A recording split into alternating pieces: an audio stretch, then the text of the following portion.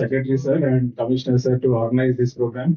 And also I thank the NHA team and the dynamic leadership by Kiran Gopal, our good friend, and for his support for the state of Andhra Pradesh and the initiatives.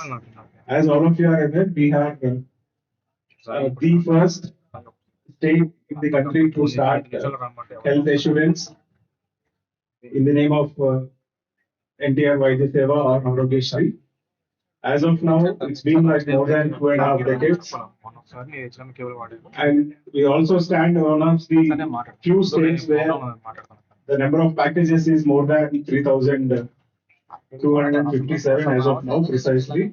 So this is one of the highest in the country, and as a state, we assure every citizen that they'll get at least 25 lakh rupees per family per year in the form of health treatments and referral care.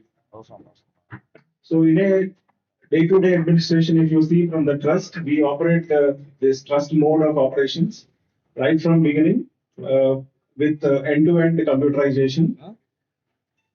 All the arbitrations are also built into the system of claim settlement. And even EHS and medical reimbursement of employees, pensioners, the judiciary, and all the beneficiaries is also built into the trust mode of operations. In a day, on average, we clear around 2 crore worth of claims. With PMJAY in place, it has become like more than 4,500 crores annually. So this is the bulk of voluminous data we deal with every operator, almost like 3,000 empaneled hospitals across the country and more than 3,000 procedures in the empanel list. Despite all this, there are also exemptions from CMA and other activities where we bypass the process, but still we follow the online process of settlement. We follow first in, first out. Data analytics also is being put into the place. Now I'm happy to see that there are many uh, hackathon partners coming up with solutions who can guide these trusts who are working on assurance mode or even insurance companies to settle their claims within the time by balancing the interests of the company and also the man behind the curtain, the beneficiary. Finally, we should test our solution with a benchmark of turnaround time that should be the lowest and arbitration should be minimal so that both the agencies who are spending money and also who are receiving the healthcare settle these claims without much of a difference of opinion. But with the experience of last 20-25 years, the trust has seen a lot of scope for improvement. For example, the same photograph being used for post-operative care, even before admission, the pre-auth conditions also same photographs. Same Aadhaar number being used for every claim. Similarly, the post-operative scar photograph is missing, or an orthopedic surgeon conducting cardiac procedures. Such data asymmetries and also certain activities of malified intentions and fraud. All these can be detected with the deployment of AI engines and also robust language models. By training these algorithms, I am sure the SHAs can also work on improving their claim rejection ratios, in saving the public money and also at the same time giving good care to all the patients and health seekers. I'm happy to announce that all the 5 participants have come up through good, workable, practical solutions and they have demonstrated the usability in NHCX hackathon. So without wasting much time, I want the participants to raise their questions after we hear from each of them. I request all the people on the dais to share 2 to 3 minutes or briefly on the intervention. How is it going to help the state health authorities and also on how we can integrate with NHCX utilizing the same platform in all the three modes, whether insurance mode or trust mode or a hybrid mode. I request Mr. Vedant to start.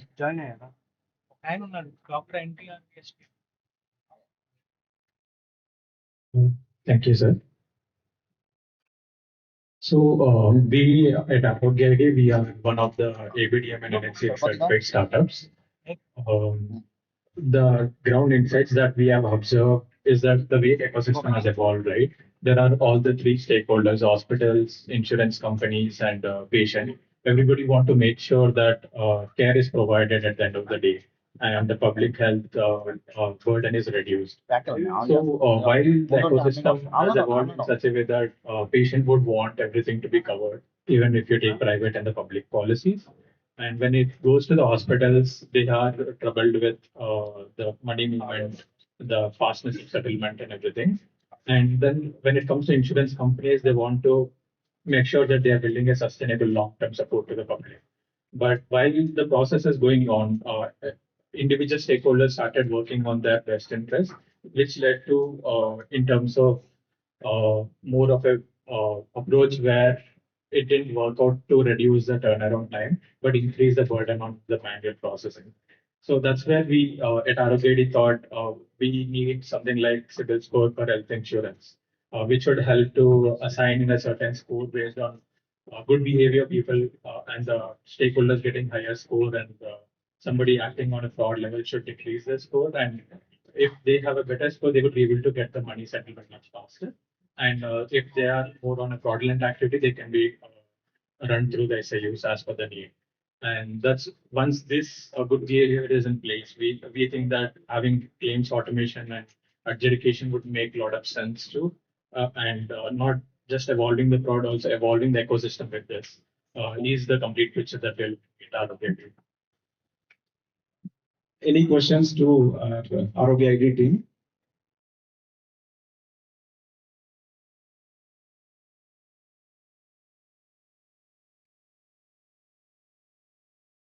Maybe then we'll start with Kriyam AI. Madam is here. How can predictive fraud analytics can help identify these suspicious healthcare transactions, and it can reduce the leakages in the system? We want to hear on your experience and how can our data can be further refined to handle such situations. I'm told even the claim data also has been shared with the agencies, and more than 10,000 real life cases, use cases are given to you. Maybe you can delve upon that. Hello, I thank Andhra government for inviting me. I'm Dr. Srividya from Chennai, and our product name is Health at Night. In the hackathon, we won in the problem statement of converting unstructured data to structured data into file format. So, what does this mean? And how does this help in the claim exchange? That is what Sir is asking. So, if you consider digital health data, just a photograph of a discharge summary or a prescription, it doesn't mean that is a digital health data. It is more than that. It is that's not just a scanned copy alone is not a digital health data. But many hospitals think that is more than enough. So that is why Ayushman Bharat Digital Mission has come up with the digital health data standards. So only if the health data is sits in the standardized format, then the data will be in a readable, understandable, usable, efficient manner. It will be helpful. So in a health data, if the unstructured data, like if in a photograph, in a prescription, you have your name, your medication, then you have your follow-up advice, everything just written in a handwritten text, handwritten or to text. So when this is converted to a structured data and it is uploaded in the system, then the health record will be maintained longitudinally. So this thing, as per the insurance thing, for fraud detection, it will help us to see the previous data for a comparison.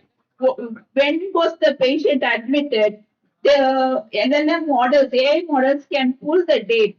So it will be very, for example, for not only on the discharge summary, discharge admission date, when was the patient discharged, what were the investigations that happened in between the admission date and the discharge date? And they are, I saw we got the privilege to work with the Andhra government. They have sent us around 10,000 sample data, patients data.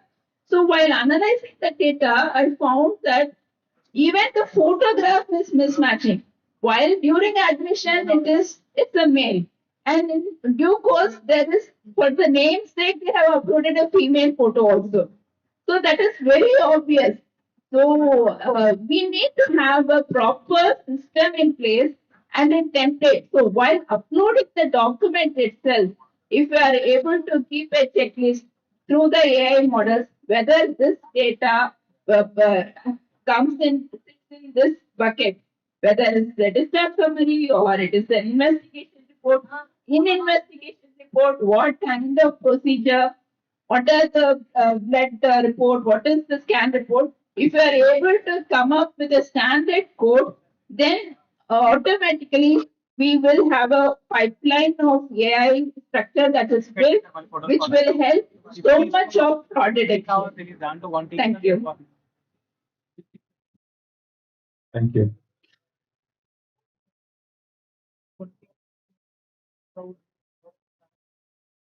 So now we hear from Mr. Giridhar on how the FHIR can be used for better solutions in seamless claim processing.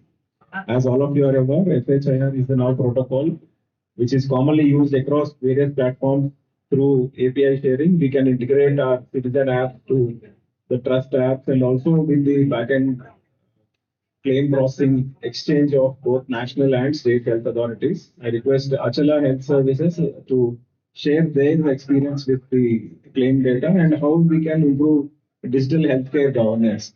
Good afternoon, everyone. From the data that we got from the there were, I will break the problem into two pieces. One is when we want to apply any kind of rule or any kind of policy. I'll take a very simple example.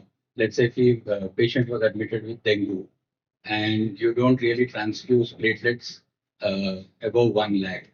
Now, unless this is codified and I can apply a rule, I cannot really say that it is a line item that I cannot support in the policy. So, FIRE enables us to kind of codify the data, and then be able to apply the rules. The second aspect that we are fundamentally kind of working on is the scale. While I think the LLMs and all the infrastructure is available, I think there are three aspects that kind of prevent a large scale adoption. One is we see the first is compliance. The data is flowing into a public cloud provider. Two is the cost. I think the per token cost will become significantly prohibitive for somebody to adopt it at scale. And three, you want to kind of build it for example, finding fraud or whatever.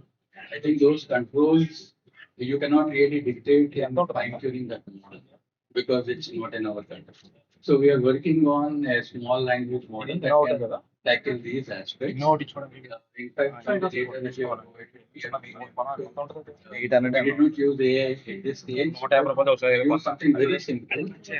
It's age-old technique that Google and it's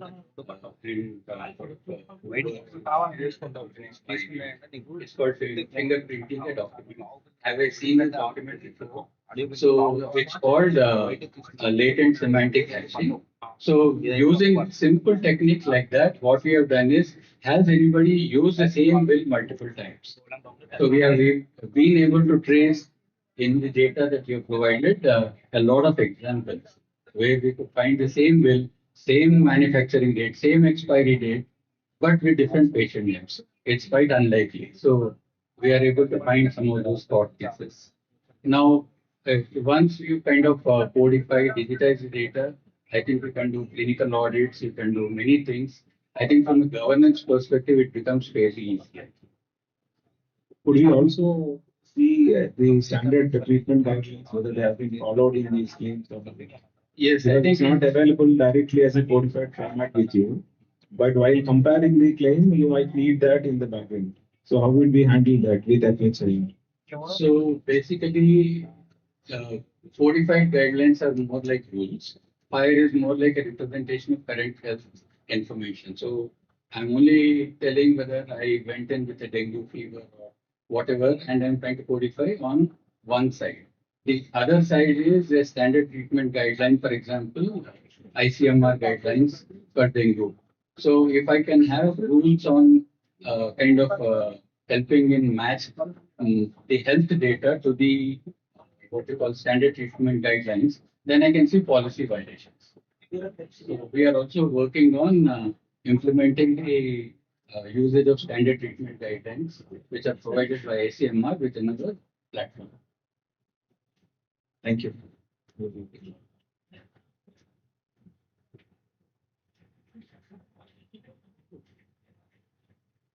Yeah, now we'll hear from Nikhil on the cards, health cards, and how we can deduplicate them and how to bring in smart features into the chip.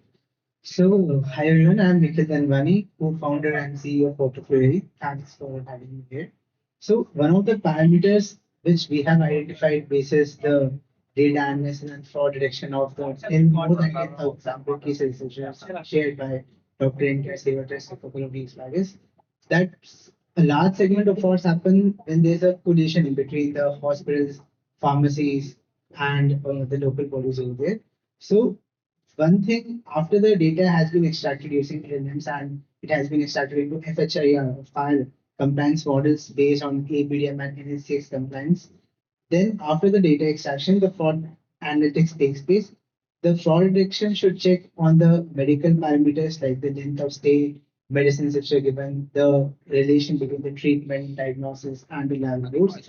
And along with that, the data should also, the models should also check like whether the similar type of claims had been sent by that particular patient previously, whether whether there is a certain hospital who is sending repeated type of such claims again and again, or whether any AI tools models have been used to edit claims like edit the amount, edit the date, etc. So basis this we can check the historical patterns in each claim at the patient level, at the doctor level, and also track the medical anomalies in each claim. So by this we can save significant amount of money and reduce the overall number of cases. Thank you. So how can technology identify these deviations between diagnosis, treatment, and billing?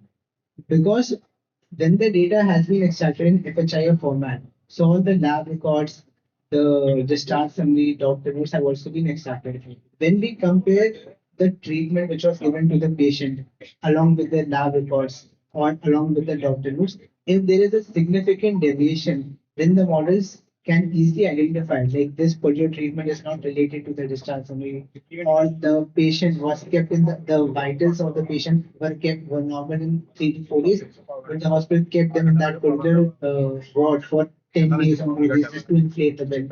Or duplicate medicines were given, high price antibiotics were given which were not needed. So the models give then report these anomalies to the user who is using this platform. And basis that the hospitals and the patients can be sent a notification, they can be checked in person, like what's the red flag happening over there. Thank you. And lastly, we have Health Atai team, Sri Vidya Bhavani. Maybe you can throw some light on the digital conversion of medical records. Myself, no problem. Hi, myself Subhajit Sengupta, founder at Dream.ai. As the panelist here has, we have been talking about fraud in healthcare, or fraud in healthcare insurance. Let me throw some light around the facts or numbers. As per IRDAI and NHA estimate, 2025, almost 15,000 crore has been lost due to fraud in healthcare.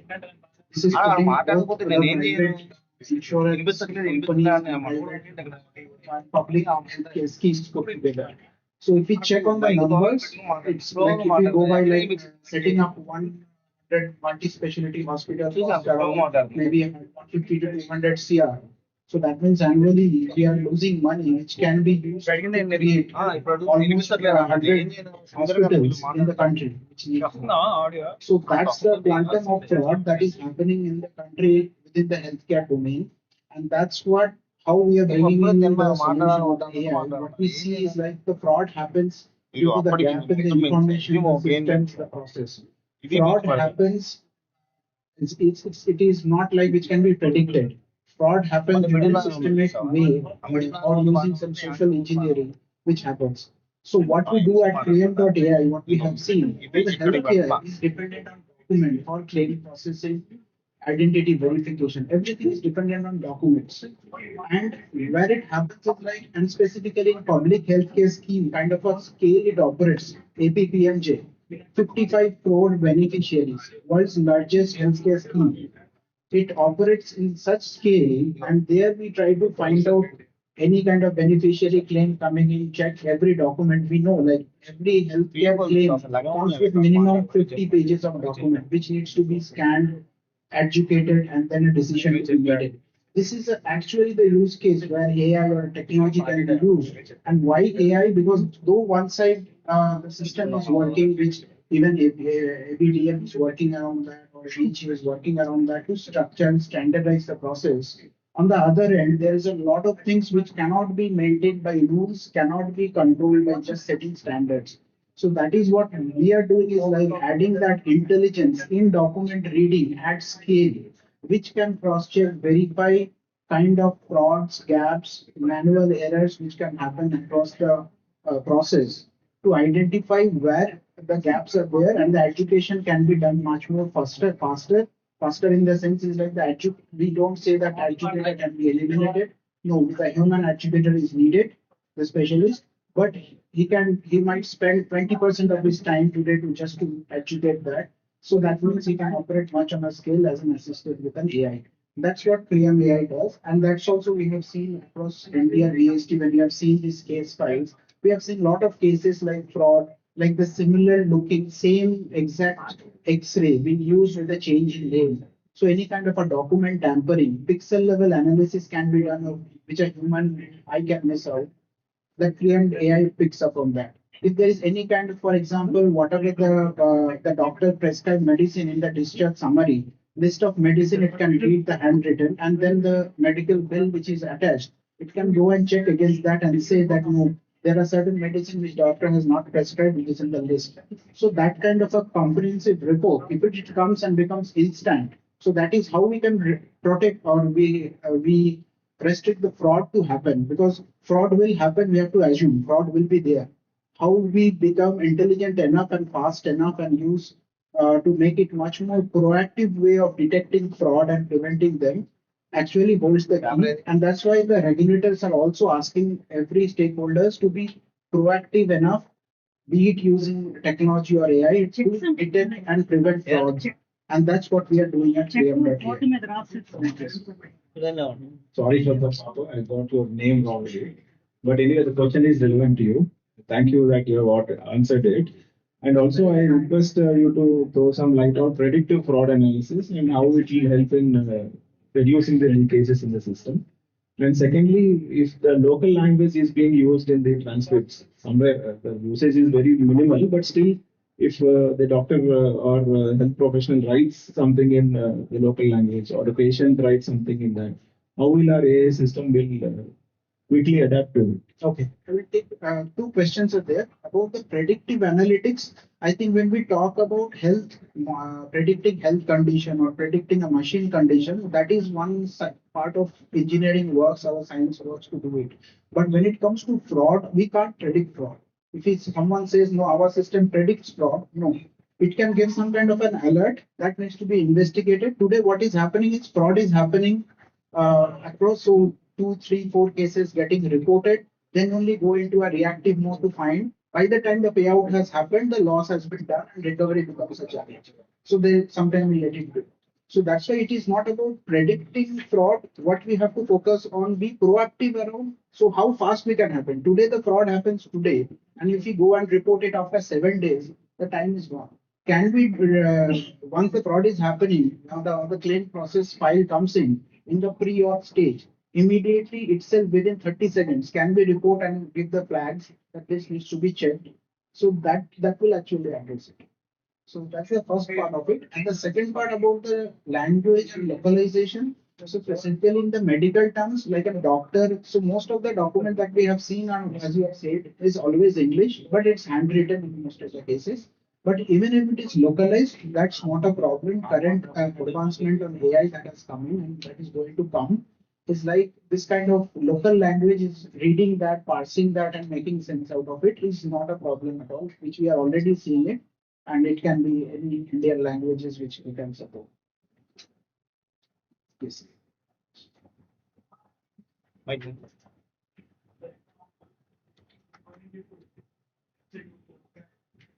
So there's a movie by DiCaprio called Catch Me If You Can. And in that movie, he actually plays the original character Frank Abagnale, the role he plays.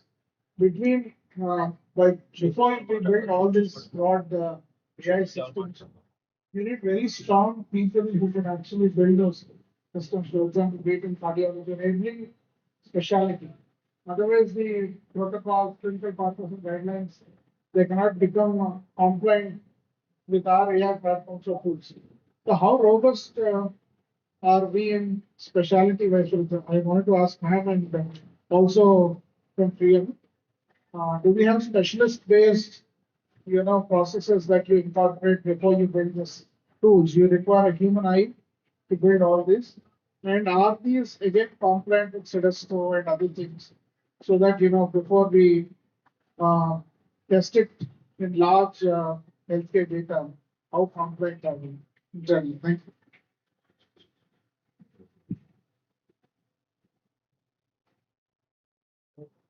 So for your first question, like how robust is the system? So I am in this journey for the past 4 years, and I'm very active with the ABDM. The first compliance is we are taking ABDM. So NRCS, National Resource Center EHR standards, has defined all the standardization. So keeping that as the base, all the ABDM startups have developed it. And I have also seen, even in the hackathon, for the radiology part of the hackathon, there was a radiologist in the committee who explained us that each and every problem statement, how to differentiate the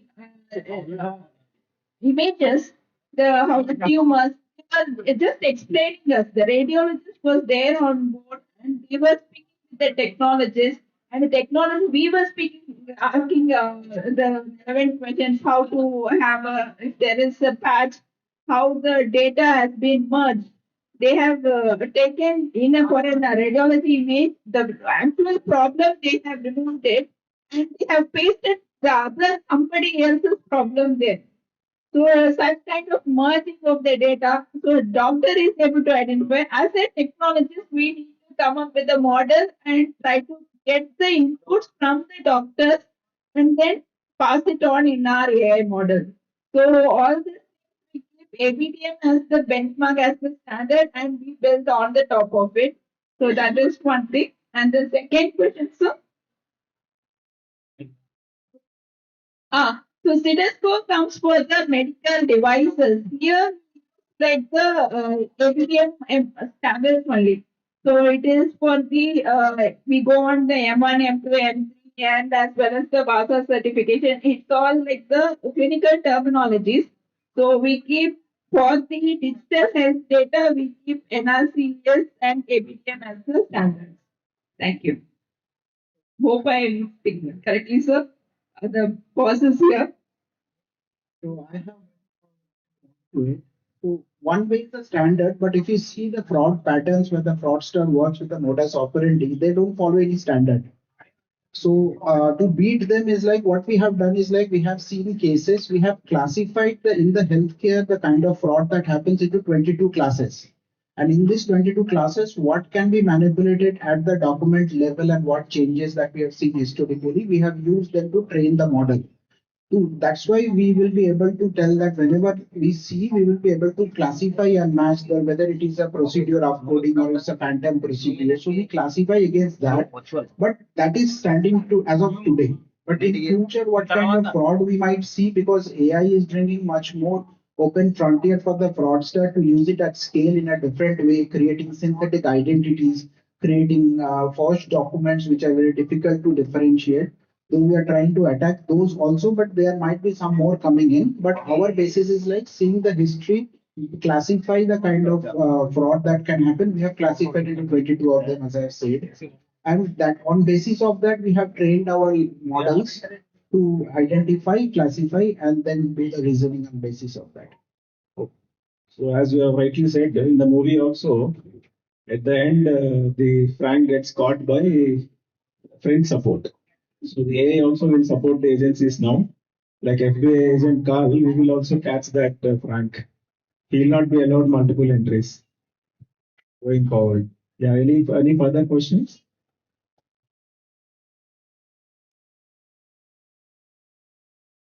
Somebody wants to,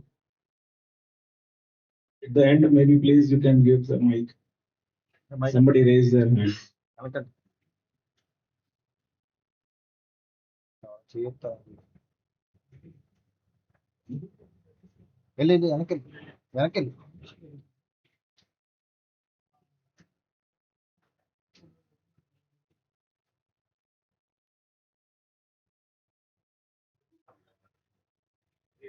If somebody is attending from the trust, you can also ask your genuine questions which are bothering you every day. Yeah, please. First of all, great job done with them. Kumar. I want to ask you one question. In the real hospital setting, how did you figure out a way to avoid human errors that can happen by a nurse or a junior doctor? Oh, any of the people? Any specific? Anybody can take it. They want to, because all of them, maybe Dr. Sridevi, because she is working on the medical area. So the current HMS that we have developed, so we had an issue like during the health screening camps, there is a large possibility that the nurses upload mistakenly errorful data. So we need to have a robust system to keep the benchmarks. For example, the sugar level, the maybe for example, smallest example is the BP. You can't keep, you can have the limits already uploaded in the system. So there is no chance that they erroneously upload it. Even though if they upload it erroneously, there needs to be, so in our HMIS, how we have uploaded is they need to take the vitals. And the second part, they need to go for the consultation. So finally, it becomes the doctor's advice to see whether the data that is being entered by the nurse is correctly resembles the patient's lifestyle. So finally, whatever the nurse or whoever the other healthcare workers uploaded, it is the responsibility of the medical practitioner to validate the data. Thank you. Yeah.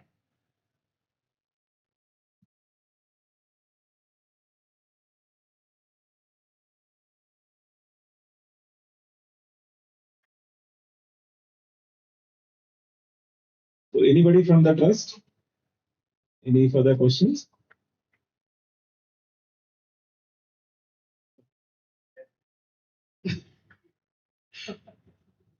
So, so thank you for the time, and I must thank all the 5 panelists here for enlightening all of us on NHCX, the fraud detection, the possibilities with AI, and how can governments can save money and how can public can get emergency care without getting into clutches of these fraudsters, and also how hospitals can improve their credibility. So all these three entities have major stakes at play, and all these solutions, I am sure, once deployed, will definitely bring meaningful changes into how we look at tertiary care and the health assurance model. I'm very much thankful to our sir for giving us this platform, and I'm keenly looking forward to deploy these solutions and start uh, experiencing those results myself in our state SHA claims. Thank you. Thank you, sir. Thank you so much for this wonderful and insightful panel. Now I request Dr. Vijayalakshmi Garu and Syamala Garu to kindly honor the panelists on the dais.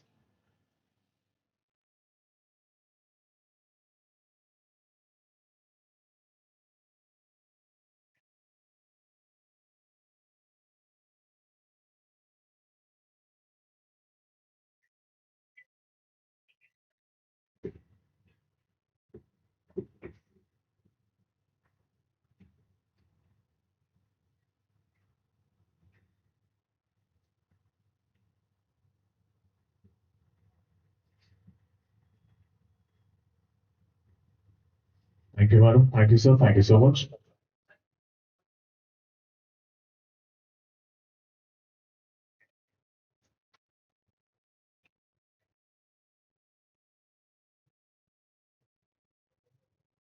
So, ladies and gentlemen, as we are running out of time for the valedictory session, we are modifying the panel discussion into power talks.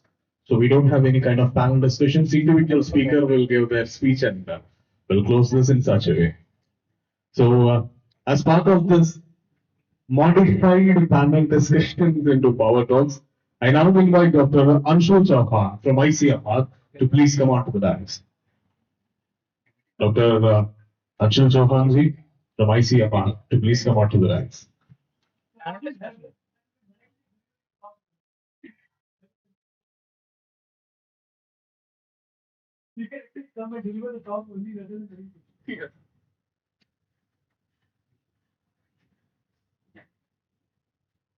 So thank you so much for inviting me here and putting me on spot at the end moment. But talking about the panel, it focused more on integrated innovations into health systems. So more so, I'll talk about our experiences from research because I belong to National Institute of Research in Digital Health, which is a ICMR institute, and previous work from PGI Chandigarh. So that focus primarily on diabetic retinopathy screening and AI in primary healthcare settings. So while we talk about integrations, there are very many components that we need to study, and most of them we all know. But from a public health perspective, we need to understand that operations, clinical part, and the health technology assessment part must go out in parallel when we talk about integrations of any AI related or any digital component into the healthcare systems. Now, talking about our research, so implementation research, we all know, is very critical to understand and produce evidence when we do a research in public health system. So our experience comes from diabetic retinopathy research. So most of the research work or most of the implementation pre-COVID era, post-COVID era has changed specifically for digital health systems. So we were approached by Niti Aayog while we were there at PGI Chandigarh to validate and implement the artificial intelligence algorithms in primary healthcare settings.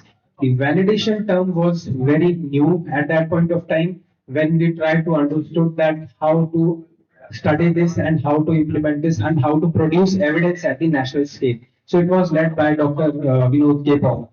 So while planning this study, we have to understand that integration at the level of tertiary healthcare, primary healthcare, secondary healthcare is very different. And when we go into the community, it's totally different. So the first part was planning, and fortunately or unfortunately, we had COVID at that point of time. The phase one of the study was supposed to be conducted at tertiary healthcare settings, but the OPDs were stalled. We didn't have any patient numbers to do the validation. So we directly went to the community healthcare settings to conduct the studies, and that went on to become the real world evidence study for the validation of diabetic retinopathy algorithms in primary healthcare settings. Now, while validating the algorithms and trying to understand the integration, the first thing we need to have is we had 4 to 5 algorithms which we planned to study or which were approached to us through Niti Aayog to be validated. The primary thing was they all were not standardized in terms of their outcomes. When we call about standardization, so their outcomes in terms of giving their results, some were classifying the diabetic retinopathy as yes or no, some were at the another level classifying and merging the results. So that became very tough and a learning for us how to standardize validation and integration. So we had to stop our results at a point where we studied only diabetic retinopathy, yes and no, only dichotomous results, and move further with the validation part. Selecting the facility was itself a challenge, so it was selected near to the PGI Chandigarh. The validation processes was done. The diagnostic accuracy was tested for these algorithms. One of the best performing, if you call not best performing, but the better performing algorithm was validated and implemented in another aspirational district. Now, the interesting part was one of FDA approved algorithm also participated in the study. Now, when we talk about FDA approved, we had a notion that it will be performing one of the best. When tested in Indian eyes in district Moga, it failed miserably. The sensitivity and specificity went below 50%, and even specificity was 14%. To our surprise, given their technical expertise of those algorithms, so they chose to opt out of the study. Now came the Indian algorithms. They performed fairly well, but well between 50 to 60% of diagnostic accuracy matrices. So one of the better performing, I'll not say best performing, better performing was selected and implemented in another population aspirational district suggested by Niti Aayog. While after studying the validation, we had a period of 3 months to look after the integration. So we gave them feedback how to integrate them in terms of healthcare readiness level, because we readily chose optometrist from the health system to capture images, not a research worker from our team. Research worker was there to monitor them. So that was the first level of integration that we studied. Second was the offline, their algorithm was working only on online connectivity, which was not the case when we went to the PHC or CHC level. We needed offline connectivity. And in Punjab, you have long power cuts. So that is one of our public study as well, that we have to look it very holistically. This is a public health challenge, and you have to understand that infrastructure is also a challenge when you integrate AI system or any other digital solution. So you can have 50 patients sitting outside your clinic and the power went off, and you are relying on telling the patient, we'll give you automatic results through machines, but what about machines is not working because of electricity? So that are the integration challenges, step by step, research, documentation of these things, which are very important. By far, which we understand, Andhra is way forward than any other state while we talk about AI, but things are still moving fast. So that's integration, validation, adoption. Now comes to the adoption part. Conducting a research, producing the evidence, giving it to the policymakers, it's up to them to make a decision. Now, last piece of the talk comes whether they are going to adopt it or not. So we have something called as which comes from the SAHI framework, which says FRAC framework of role, activities, and competencies. We have to understand the competencies of the research worker on the other side. The research trainings cannot be generalized for everyone. My training need is something else as compared to the other people there. So we need to understand the competencies need and then train them systematically. Then comes to the for our system, iGot platform, which is a Government of India platform. That's a wonderful platform, especially for the I see people from our department also getting trained under that. But their need is, for example, if we call about our team, it was on AI education in medical curriculum.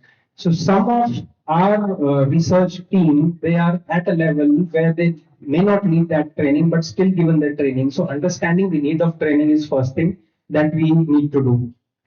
Then there's institutional capacity. We as an institution or the person who is leading the team has to have that capabilities to design the research study and understand the nitty-gritties at the ground level before implementing a solution at scale. So we recently submitted around 6 to 7 proposals for JPAL, which was from pilot to scale. So major solutions which we put it out as a scale in 4 regions of the country. So the grant is still under review. So they were in ophthalmology, maternal child health, voice based CDSs, and few more. So these are the research fundings which we also need to supplement from government side for scale up to understand. Pilots will remain pilots if we don't scale them, but for scaling up, we also need evidence. We cannot say that a district hospital MOGA performed really well in these metrics or indices, but the other part of the district hospital in different districts will work in the similar way. So we need to understand the integration at different levels through scale, through research. Implementation research is very, very critical, and implementation research understands and integrates evidence at different level of research while documenting it very, very comprehensively. So that's it from my side from the research perspective. Thank you.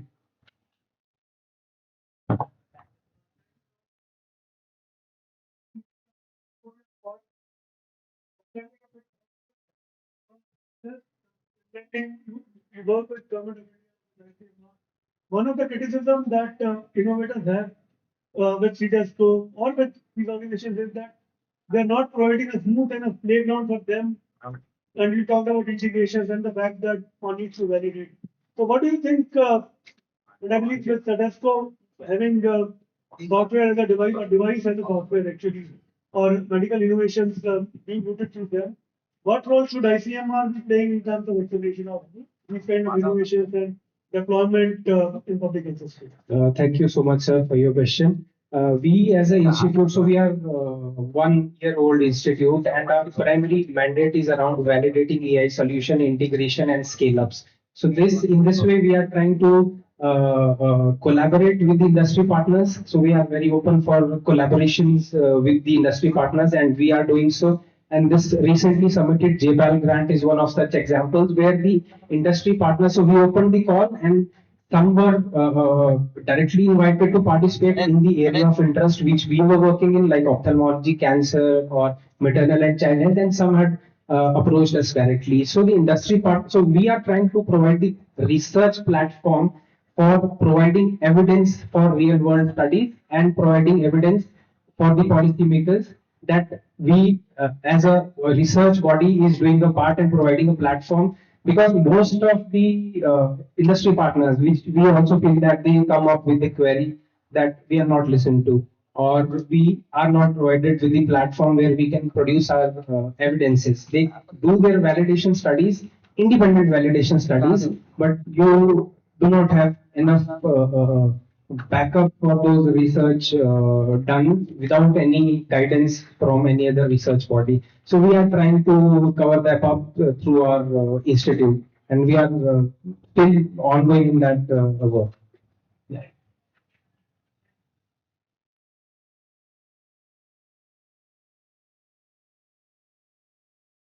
Thank you, sir. Thank you so much for a wonderful talk, power talk. I now request Dr. Vijayalakshmi. Yeah, you can.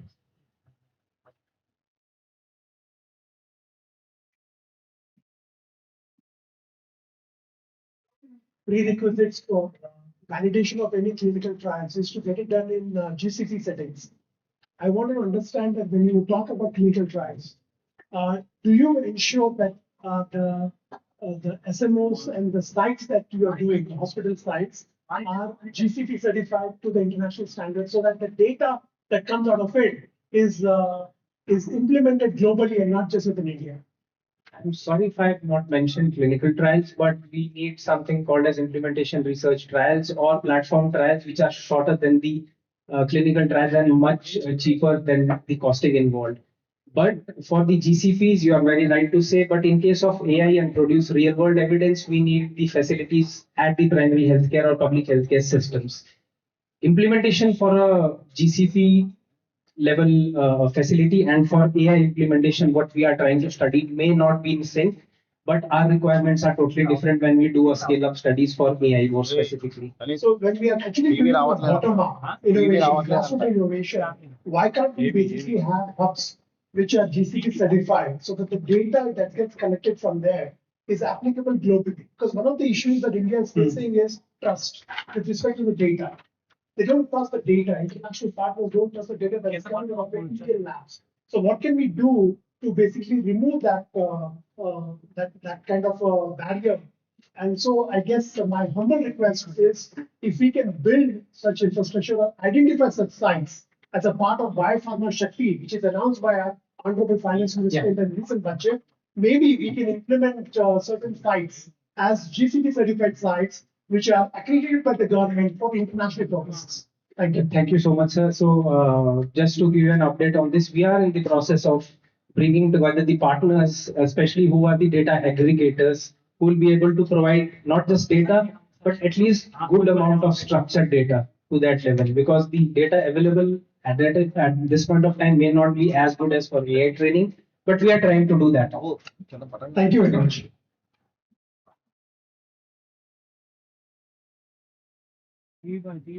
Now I request Madam Vijayalakshmi Garu to honor Dr. Anshul Chauhan Garu from ICMR.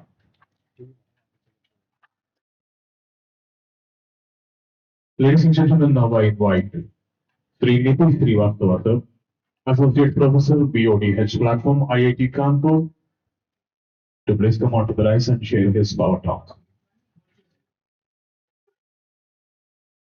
Yeah, sir is joining virtually.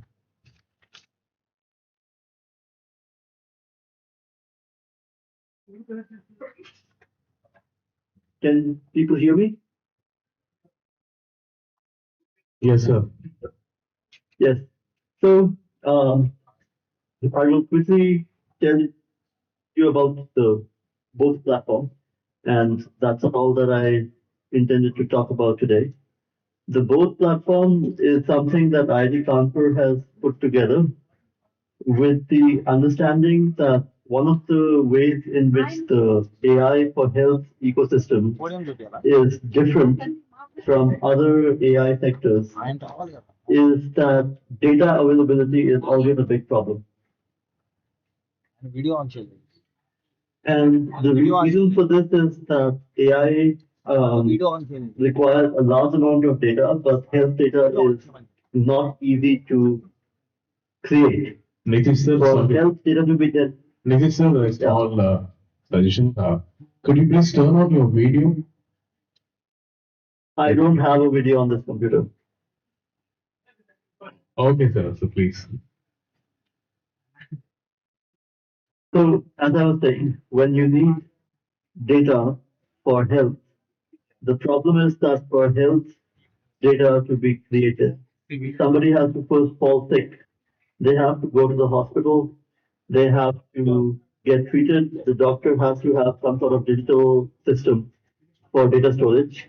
And once all of these conditions are met, at that point, you can have a digital health trail that can go as part of an AI system. And there also quality control considerations are important. So this is different from, for example, situations where you are trying to do facial recognition. Everybody is familiar with Digi and other facial recognition applications. The difference is that when you're trying to do facial recognition, you can just go on the internet and scrape face data, people's photographs. These are simple data. These are not complicated and they are freely available. Health data, on the other hand, is very costly to get hold of and very difficult to do quality control on because of privacy considerations. So whenever we try to handle health data, we have this problem of scale. How do you actually get a large amount of health data at scale?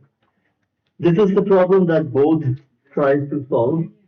And the way it tries to solve it is by taking the um, concept of federated training, where you can train models without the data leaving the premises of the data owner.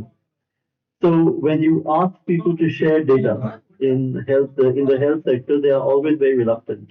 They say this is going to be dangerous. This is going to give up. There's going to be all kinds of legal problems. So the both platform allows you to share data or basically make data available for model training without the data having to be shared. So this helps, and this allows us to massively expand the size of the data sets that can be used for training. This also allows us the possibility of doing training for amounts of data that are significantly larger than any one model developer can put together. The other benefit of the both platform is that it allows a consumer, whether it is an individual citizen or whether it is a state regulatory agency or whether it is even CDSO, it whenever somebody trains a model on board, the results of that model performance on a private held out test set that the National Health Authority maintains, the results of those are calculated and they are published to a public leaderboard. And once they are published to the public leaderboard, then everybody has access to this. Citizens have access to this, government has access to this, other model trainers have access to this. So this stimulates competition and this also produces trust. Anytime a startup, for example, takes a model that they have built to a government organization or a private hospital, they can always claim that their model is fantastic and that it works very well. And now whoever is trying to accept the model has a problem. They can either trust that this person is telling the truth, or they can say, let's go to third-party testing. But to do third-party testing, you have to have data, and nobody has data. So that's the problem. So the Bose platform is a repository of data from multiple sources where you will have private held out test data, which allows for this sort of third-party testing to happen, and it is governed by the NHA in collaboration with ICMR. So the second advantage of the Bose platform is that it allows for third-party testing at scale and public benchmarking of AI models that various entities have created. The third and final advantage of the Bose platform is that it also implements what is called a quality preserving database, which allows the platform to crowdsource data from everybody that is trying to test models on the platform. And so it creates this virtuous cycle of people wanting to come onto the platform because they want to play with more data. And when they come, they have to pay in data so that the data set also keeps getting increased. So this is the BOSE initiative. It is currently being held by the National Health Authority. The platform was conceptualized by IIT Kanpur, and it was launched in the India AI Summit in February. Right now, it's in a stage where they are accepting registrations, and the actual operation of the platform will probably begin in a couple of months from now. But I'm very excited to tell you about it because it is a one-stop shop for solving all three of these problems: data access from a large number of sources, trusted third-party verification of AI models, and crowdsourcing of data for solving health AI problems. This platform does all three together. And that's all I will say. Thank you.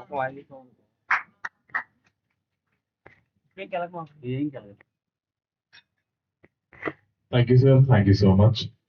Now, I would like to proceed with the power talk of Ms. Chitra Pattabhiraman from Gates Foundation.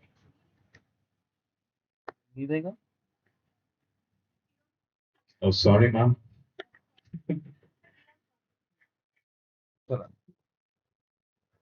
అడగకి అయిపోయిన తర్వాత మీరు మరలా ఇంకొక welcome ma'am.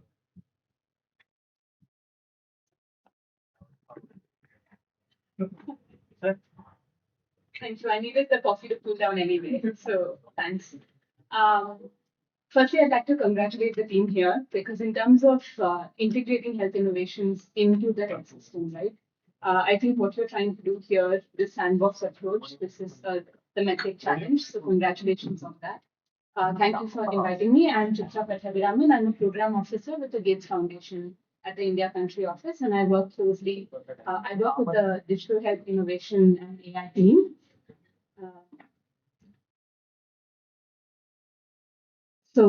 Basically, in terms of, so I'm just going to give you some perspectives on from the funder space of when we're looking at health technologies and trying to understand what will be the needs, because we work very closely with the government on government priorities in India, and we are trying to solve for, from the innovation space, what would be a good fit for the public health system.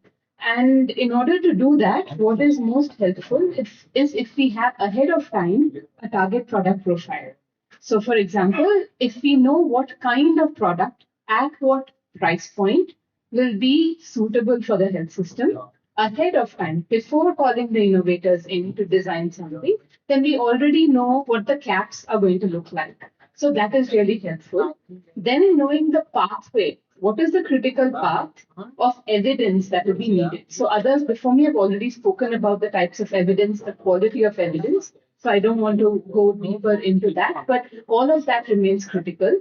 And within that critical path is also the regulatory steps and the market access. So we are also going to require different kinds of evidence as a particular innovator progresses through. And within that, actually, there is also the post-regulatory step, right? The regulator is looking for does this test perform as well as some other tests or against some benchmarks. Now, is it going to work in your setting of use? So we already spoke about implementation research. There's another piece of that. When there is a new technology which has not been tested in your setting of use, it's going to require an ecosystem around it to also change or support it. It's going to require different kinds of trainings, different kinds of support from the manufacturer. So, how to plan for that and think ahead for that? I think some of the activities that are being taken up by the team here are very much in line with that. So, I don't think I have much more to say, but happy to answer questions and take up. I mean, have conversations outside as well. If there are specific questions, happy to answer them, of course.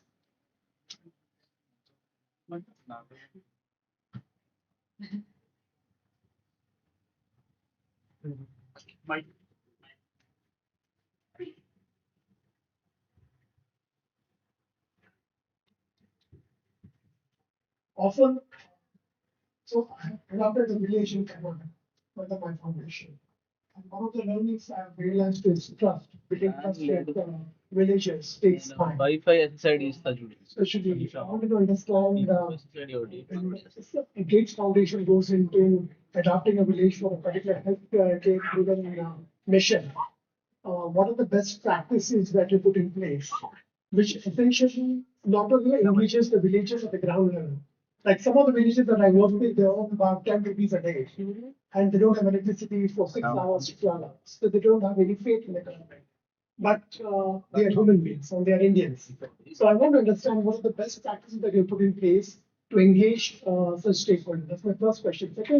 Second question is, I'm a technologist. I invest in technology companies globally. How do you basically ensure that these technology deployment happens at a ground level consistently and sustainably? Thank you very much. Thank you. Thank you for both of your questions. So the first one about how the foundation operates within India, we don't work directly with villages.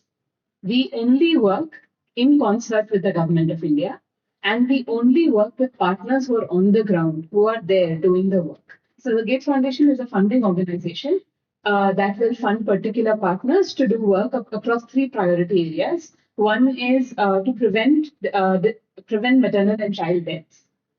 So no woman and child should die during childbirth. Secondly, no person should die of a preventable infectious disease and sort of alleviating poverty. So lifting people out of poverty. So these are the three broad goals that have been set up by the chair.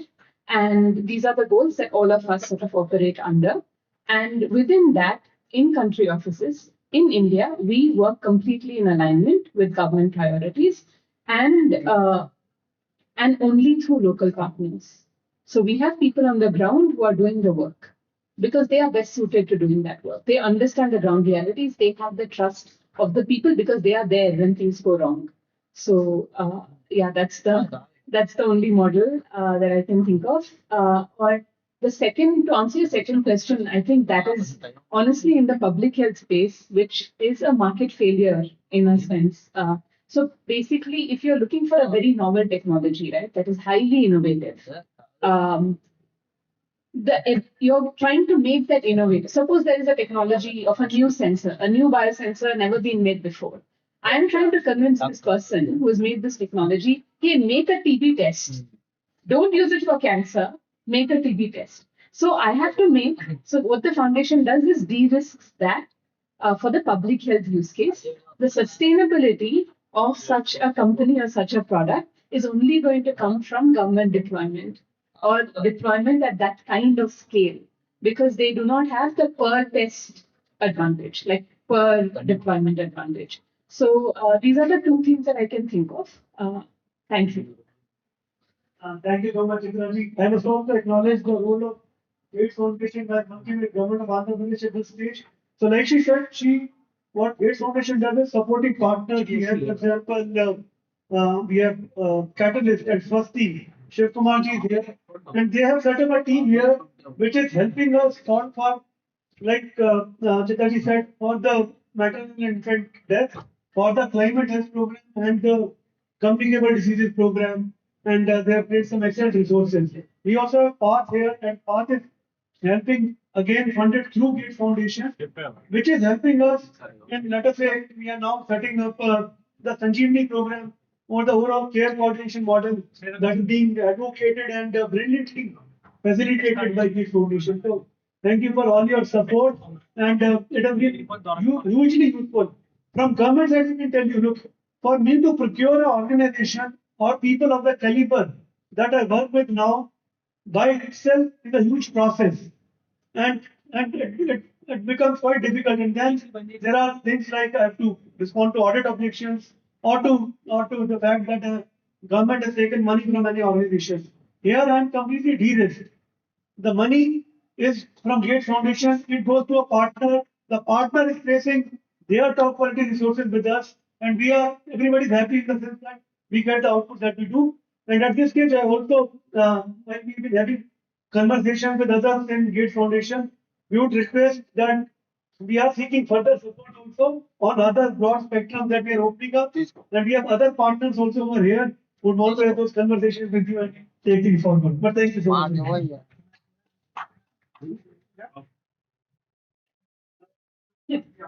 Uh, this is Dr. Santosh. I work in the sphere of RMCH plus. We have a foundation called Social Act Foundation. Breastfeeding intelligence. So very recently, I met a very young lady who's come back from US and started a beautiful, wonderful tech-based app on support for women who are breastfeeding. It's a very, very beautiful app. So, and it's AI based and it helps especially the ASHA workers and Anganwadi workers on the ground, and also the mothers and self-help groups, they can use this. So how do you think Gates Foundation can support these sort of, tech-based applications? Yeah, And she's from Andhra Pradesh, she's from Vizag, yeah. So, I mean, we should take this offline and discuss it. but overall, the general idea is that if there are people working in these kind of areas, they can approach the foundation directly. They can reach out, and there will be program officers who are always scouting for things like this also. So these are the two ways. But happy to talk to you about it.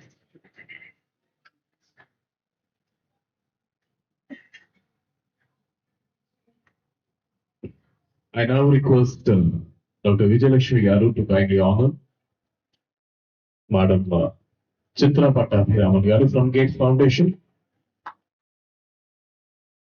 And also I request the staff to please provide a hot cup of coffee.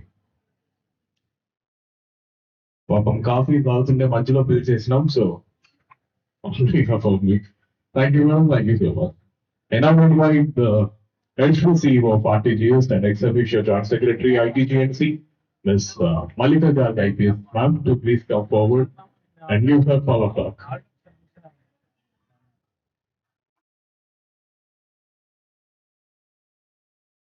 Good evening, all of you. Good evening, sirs, and all the healthcare professionals, startups, all the health industry people who have gathered here today. First of all, I'm not additional CEO RTGS. I am SP Technical Services and ex-officio Joint Secretary RTGS, and I'm a police officer who's feeling very strange in the middle of all this health talk that is going on. So, in RTGS, which is the Real Time Governance Society under Government of Andhra Pradesh, So the project that I look after is the CCTV 360 application. So I'll explain that, and whatever learnings I have got from there, I think it applies to health department also, like healthcare initiatives. So I'll briefly just talk about that. So Andhra Pradesh government installed around 15,000 CCTV cameras throughout the state of Andhra Pradesh at critical areas, mostly frequented by people. And even this project was actually started in 2017, and at that time also there was a thought that CCTV cameras cannot be like passive watchers. We cannot have operators watching the CCTV cameras at that time. And there was a plan of deploying the analytics. So analytics were, this plan was there. And last year we deployed 10,000 analytics, including facial recognition, including number plate recognition, on the various cameras which are located in the public spaces. So, uh, so so we had the infrastructure, we had the software, the analytics, all, everything was there, but uh, there was no result as such coming out of it. Police officers generally, they would apply for getting the CCTV footage when some incident happened, and then later, as a post-mortem, they would use it to detect something. But now, after deploying these analytics, which are essentially their machine learning, that is also AI only. So now CCTV cameras have become active watchers. So what we have done is, more than the analytics also, the analytics were also there. We have designed the function in such a way that every police officer has the access to the system. Normally, what I see is we build big systems, but we forget about the access to the system, and we do not design many times from the perspective of the user. How the person on the ground. So in police department, the constable, the SHO on the ground, and perhaps in health department, the Anganwadi, the ASHA worker who will be taking care of this issue. So, what exactly is the need of the field functionary? How it is going to help them? So, if you work through from their perspective and you consult, we consult them during the design. So, for when we were designing this whole system, we have consulted police officers who have told their on the ground, like I'm a supervisory officer, but the real guy who has to go after the criminal, the guy who has to go after the vehicle. So those kind of, when we design this, the system becomes much usable. And then instead of locking all the data which we have got, we made a system in which every SHO, every police officer in the state of Andhra Pradesh can open a simple application. It's a mobile app also, web app also, and you can tell this is the face of the person I'm looking for. This is the vehicle number that I'm looking for. And then when that vehicle or that person is spotted anywhere in the state, immediately the person who has requested for it, and also the jurisdiction officer. Like for example, if Vijayawada City Police is looking for a person and that guy is spotted in Tirupati. So Tirupati officers are also getting an alert now that this guy is looking, the Vijayawada City is looking after this for this person and he is found in your area. So like this, we have totally unlocked the system. It is very easy to use now. And because of that, just in 2 months since we have started using the system actively, 40,000 people have searched for people and vehicles. And just in 2 months, we have recorded, documented 114 success stories. Where because of these cameras, because of the alerts which were generated, they were actually able to rescue more than 40 people who were missing. In fact, there was a case in which a woman had been missing for more than 4 years. And they just uploaded the photo of all the missing people. And then after 4 years, she could be traced. There were cases in which within 15 minutes also, a person was traced. That the guy has uploaded and you get the alert immediately that that guy is at that bus stop. So, and missing children who have run away due to some reason or the other. Around, there have been cases where two girls, they ran away from Guntur and they were found in the Machlipatam bus stand, and they were like running for love and could have been exploited anytime by the guys who had actually lured them. There was a case in which a 12-year-old girl who was lured by a 40-year-old man and then taken and then sexually assaulted, also sexually exploited. And that girl also we were able to track because of one camera which was located at near a temple, and she happened to cross across. So the systems are often there, but we are not able to use them because we don't design very well. That is what I feel. So, my experience from running the CCTV project for Andhra Pradesh is that we really, really have to think about design a lot, and we have to keep on adapting to the kind of feedback we are getting. Like in our application, we do have a report any issue problem, and we have people who are actually constantly looking at it so that whatever the field officers are facing any problem, some camera is not working there here, so that is responded to. And then further development, we are taking ideas from people only, what is the kind of thing you want to do, and based on that, further investigation, further development of the application is happening.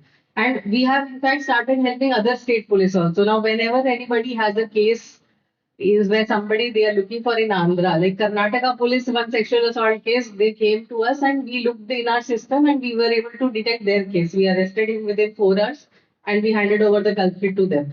So this is though no relation to healthcare as such, but the system design at population scale is something that is very, very important. And whenever you are deploying any of the systems, that will be very useful to you.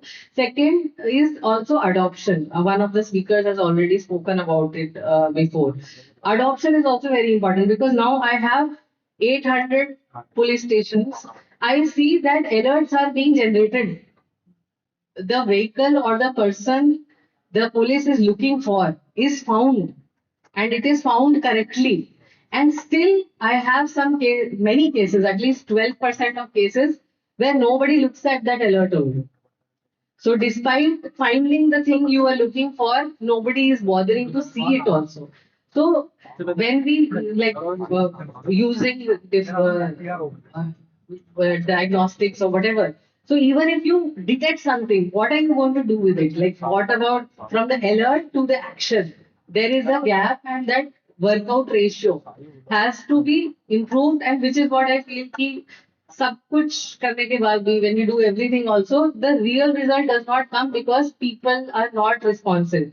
So one strategy could be to just kind of blame people that you are not using it, but another strategy is like the way we say that for any habit to change, you have to put 21 days to change a habit minimum. That is what is the common knowledge these days. So instead of just leaving it on the guy to adopt your technology, you have to constantly touch him. You have to, so whenever any alert is coming over here, we have a team which is working in the headquarters, which kind of calls the people ki you have an alert, please look at it. And with time, which we have seen that now people have started using it much better. Just building something and leaving it will not actually lead to your the final outcome, which we think people should instantly just be grateful for what we have built for them, and then it will be instantly deployed that and actually start yielding results. So there is a big gap in that, and often I think we forget about that hand holding, that constant nudging which we have to do. So when we are doing something, deploying something, we should also count for that and kind of encourage people systematically so that this behavior change occurs and whatever we wait for starts giving some result. So these are my some of the experiences which I have got from running this project, and I hope it will be useful for the technology technocrats, the startups, and all the participants who are here. Thank you.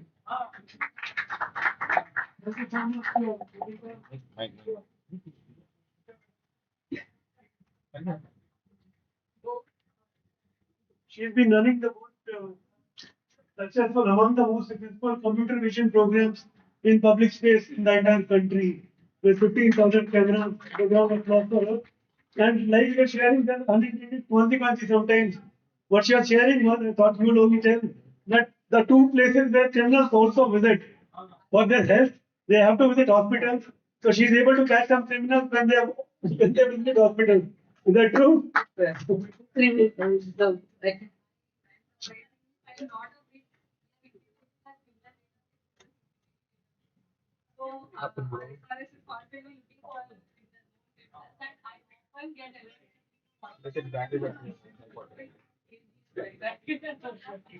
So next time she's trying that in the excise shops also. Wireless set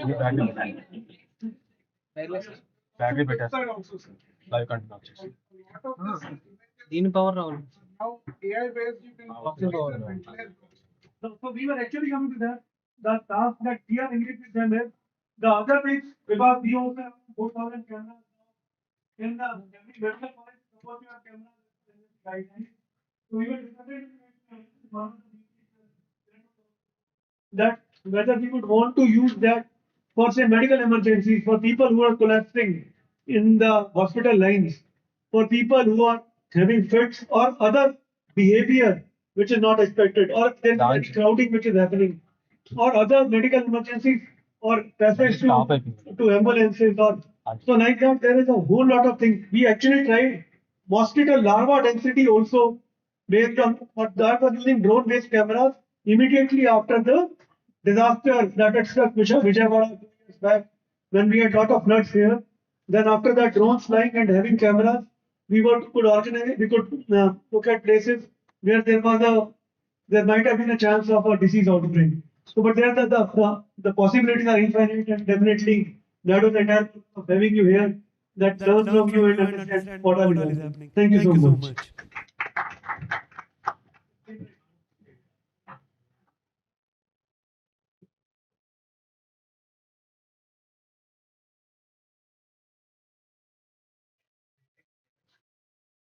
I now request Ms. Samala Garu to honor Malika Garu IPS ma'am.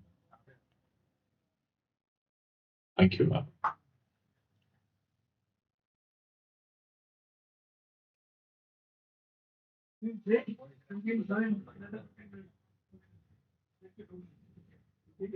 So finally the wait is over. सुबह तो कोई break time नहीं है. Morning we didn't have any kind of break time, and now let's all proceed. A relaxation break of 10 to 15 minutes. We'll join back in 15 minutes. See you soon.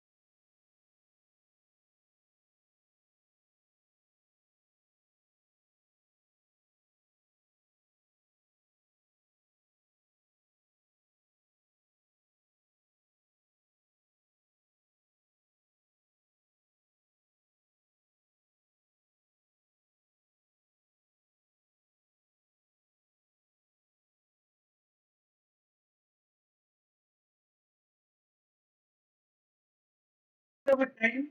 Look, we've already heard a lot of talk about technology today. I just give the broad direction in which we are trying to move the needle. What has happened in the financial sector of the country and the digital financial architecture that is enabled today that I only carry a mobile phone and I'm able to do all kinds of transactions seamlessly. It does not matter where my bank is. It does not matter where my account is, the kind of account, the kind of app that I'm using. All of that has become immaterial through a through the magic that has been generated through UPI, which has allowed the foundational digital goods to be integrated through the digital architect, the digital public infrastructure, the DPI, that is the banks, the account numbers, and then has provided a play to the private sector to develop apps, or Razor Pay, Google Pay, and so on and so forth. So we are all aware of that. And I was in a talk recently, and there one of the speakers talked about that exactly. That when will we have a digital health architecture that resembles the digital financial architecture? When will we make it seamless for a person, a health seeker, not to be carrying any files, any reports when they are going around from one hospital to other? When it will make it easier for them to know just through mobile, and if I'm eating something, the sandwich that was given, I just click it. It tells me what is my wellness meter, what is my, and should I be consuming it? How many calories have I consumed during the day? And is it going to, and we heard about whether obesity is the new pandemic, and how much can I afford? And how much closer does it take to my doctor than closer to a healthcare system which is wellness oriented. So all these things are possible, and that is our endeavor under the guidance of our Honorable Chief Minister, who keeps on talking that we are spending 20,000 crores on healthcare in Andhra Pradesh. And the idea is not to spend more, and it's also not to spend less. But the fact that I think Dr.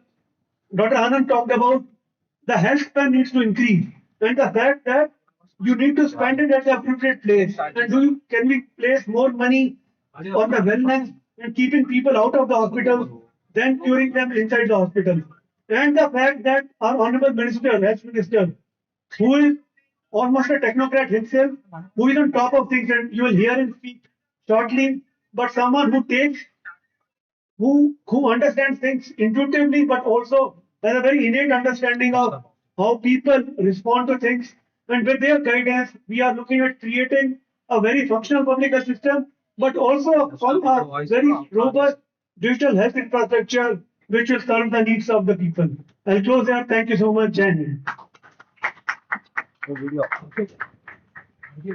Thank you, sir. Thank you so much. I now seek the permission of Honorable Minister, sir, to kindly present the AV of the Medtech Innovation Challenge. I request the technical team. Before we move on to the AV, I now request the Joint Secretary, National Health Authority, Government of India, Sri Kiran Gopal Garu, to please address the gathering.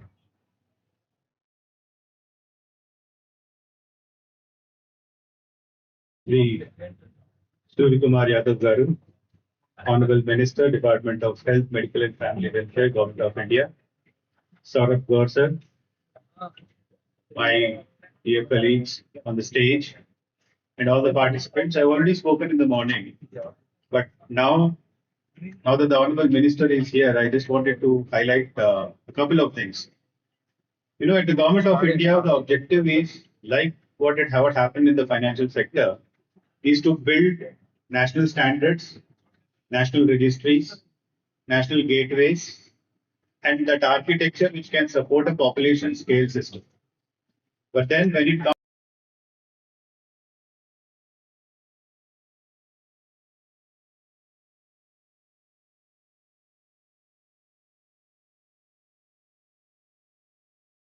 say that the Ayushman Bharat Digital Mission that started about 5 years ago at the national level, and having been there for this entire period, I have seen how Andhra Pradesh as a state has moved forward and has been the number one state either in ABA creation or health record linkage, or even adopting this whole model of this federated architecture.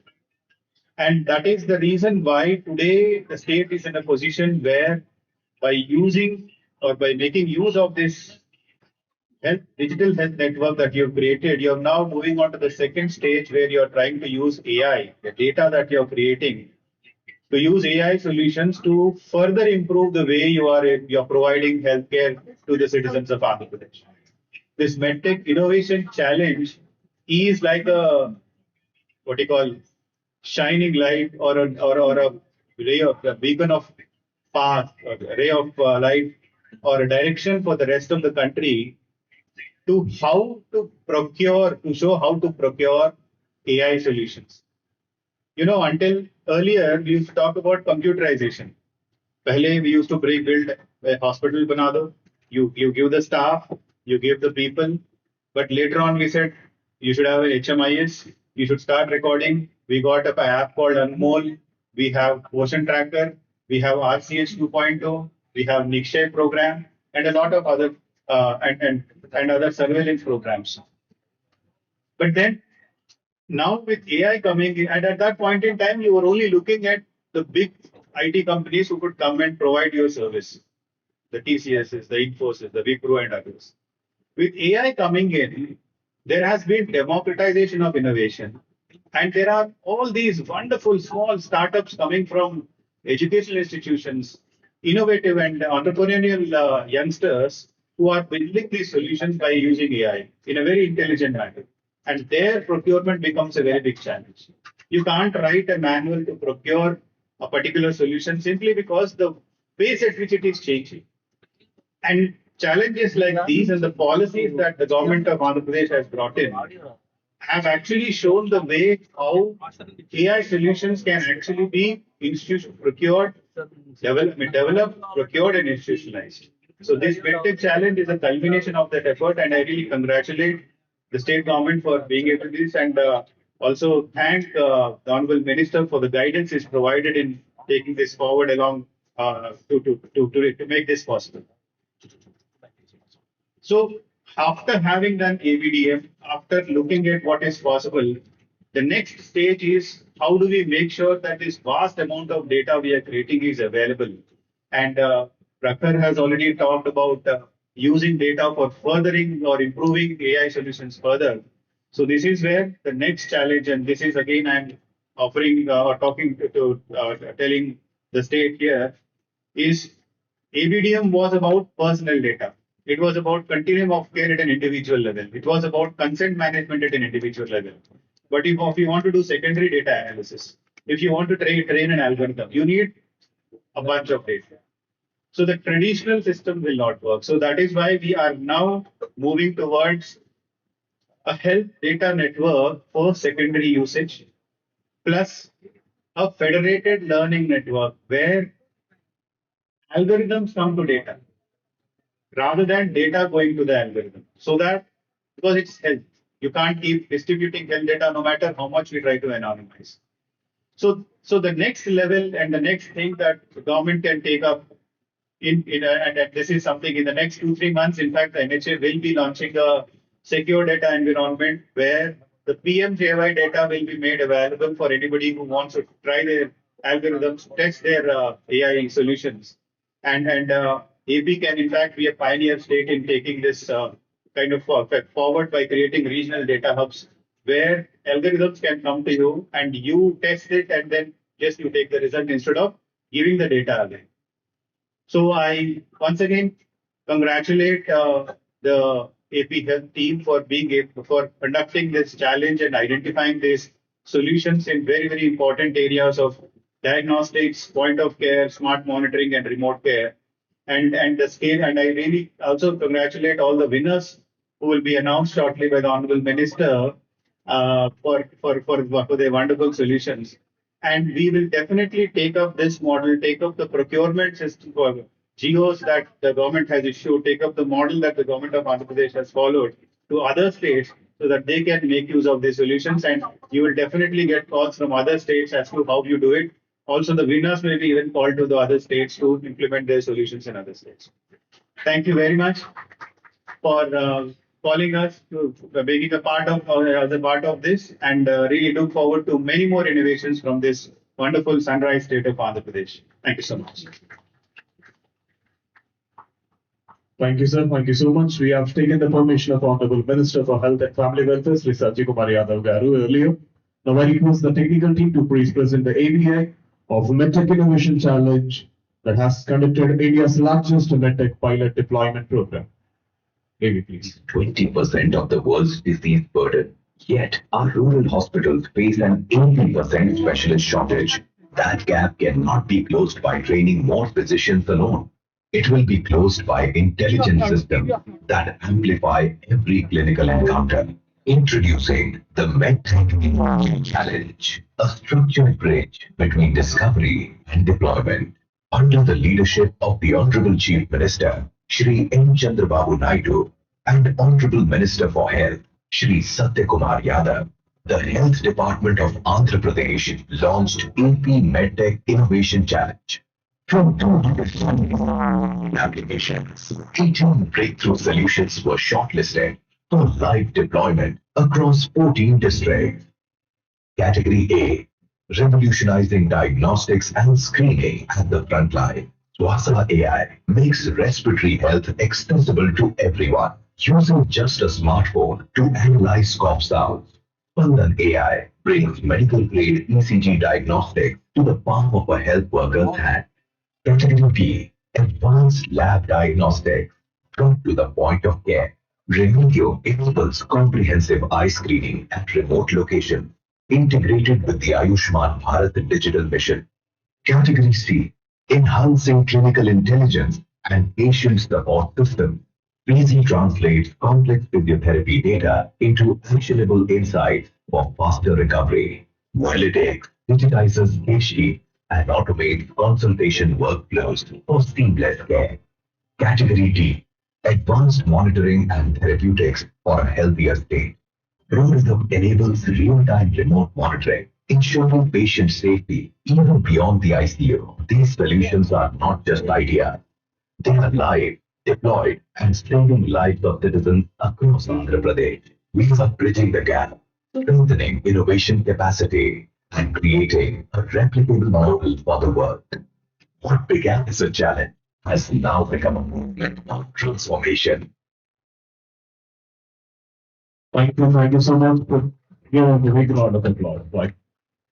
Ladies and gentlemen, taking forward the vision of the visionary leader, Honorable Chief Minister of Andhra Pradesh, Sri Nara Chandrababu Naidu Garu, in each and every aspect of the Health and Family Welfare Department, following every word and concern of Honorable CM Sir, Sri Satya Kumar Yadav Garu, being the Health Minister, has involved in many innovative ideas that enhance the elegance of this entire medical, health and family welfare department, Government of Andhra Pradesh. Put your hands together and welcome today's chief guest, Honorable Minister for Health, Family Welfare Department, Government of Andhra Pradesh, Sri Satya Kumar Yadav Garu, to please come forward and give his valuable message.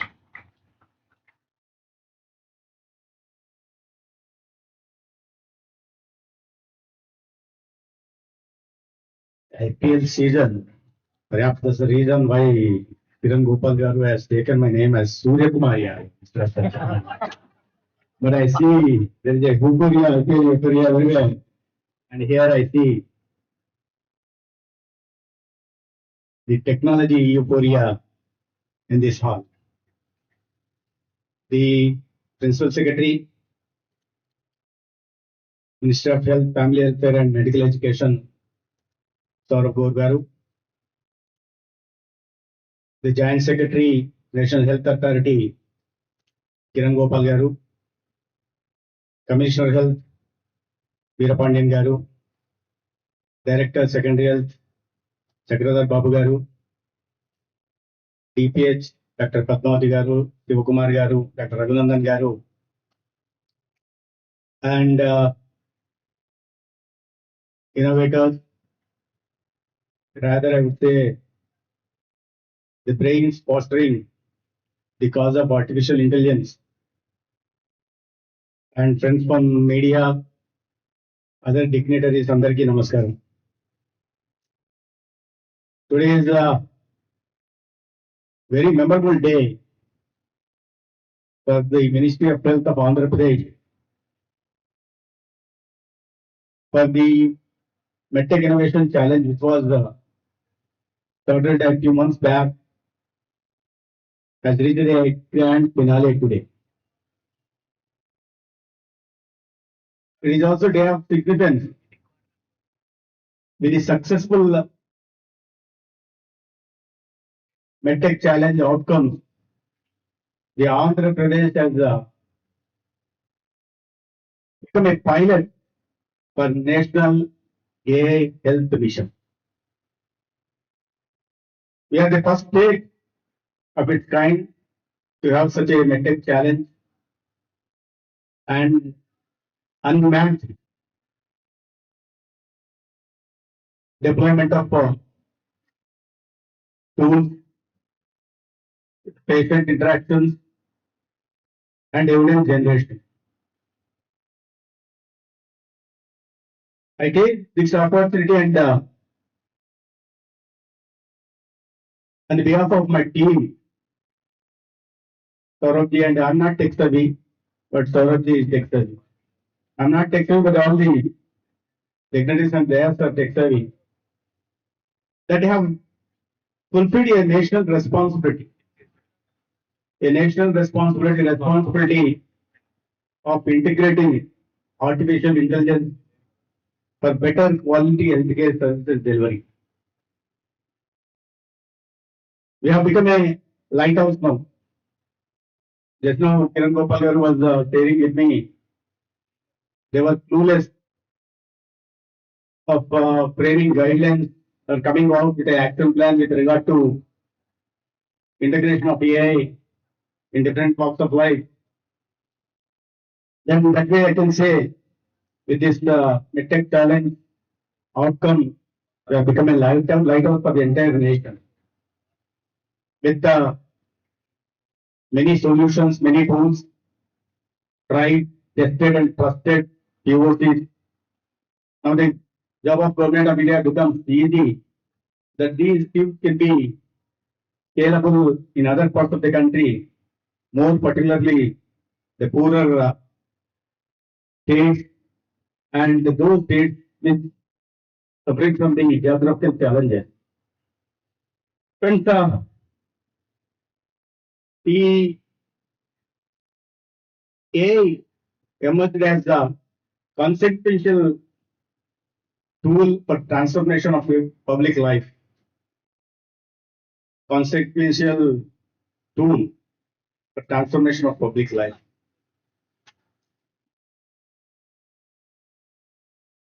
Now, the AI, we have seen the results also, we have seen the tangible outcomes, how it can improve the healthcare. We have a proven examples in front of us.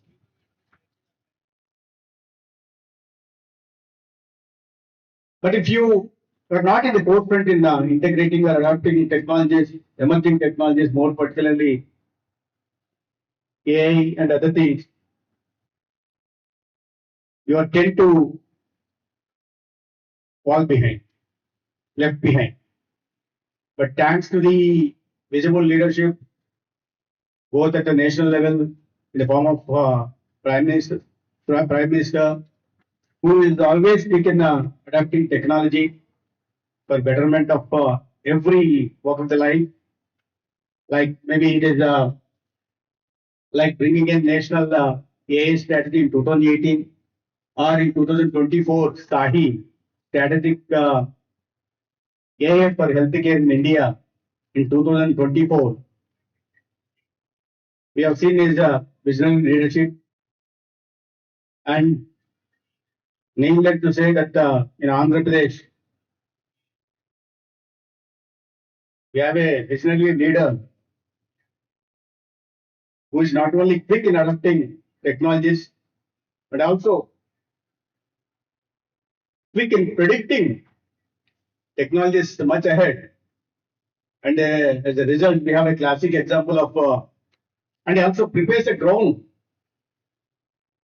He predicts it a month ahead, maybe a decade or so, and prepares a ground. When it becomes a reality, then Andhra will be first state to adapt it. That's the reason why we have Google data center here, Reliance data center here, and quantum computing also. And no other state is in a position to compete with us when it comes to adoption of technology. Recently, we had an opportunity to visit Singapore to study certain things. And when there was a session on AI, adoption of AI and other things, the speaker started saying, "Oh, you come from India, you have a leader who is already tech savvy. And why do you have to come to all the way to Singapore to learn technology here?" I said, my leader is, of course, I do agree, is tech savvy, is much ahead, but he must have thought that we are not matching his vision. That's why he has sent us to Singapore to learn something, at least something a little.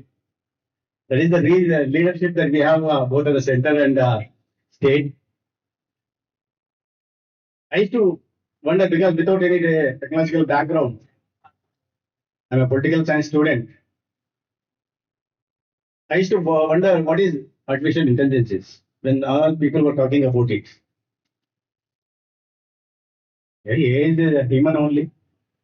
It is a human in the form of mission, but with more accuracy, precision, and fostered by brilliant time.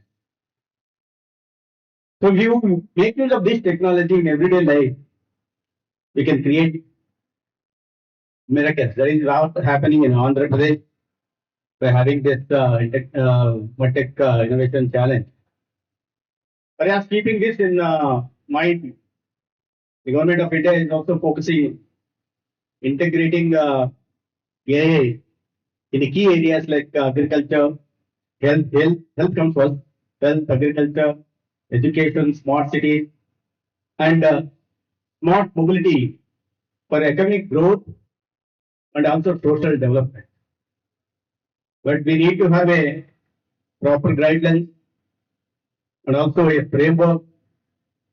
And I'm sure today's deliberations, exchange of ideas, will result in such guidelines and action plan also to take it further for the betterment of the human life.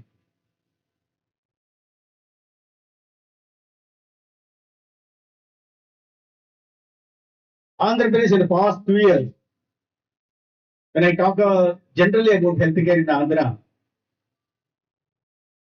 the healthcare services have gone up. Public positive perception is also gone up. RTGS CEO Prakarti here, sorry I missed his name.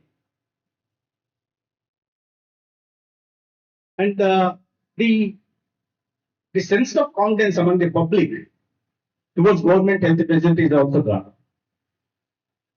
And it is evident from the OP services that have gone up by almost 20%, more particularly in secondary health by 23%.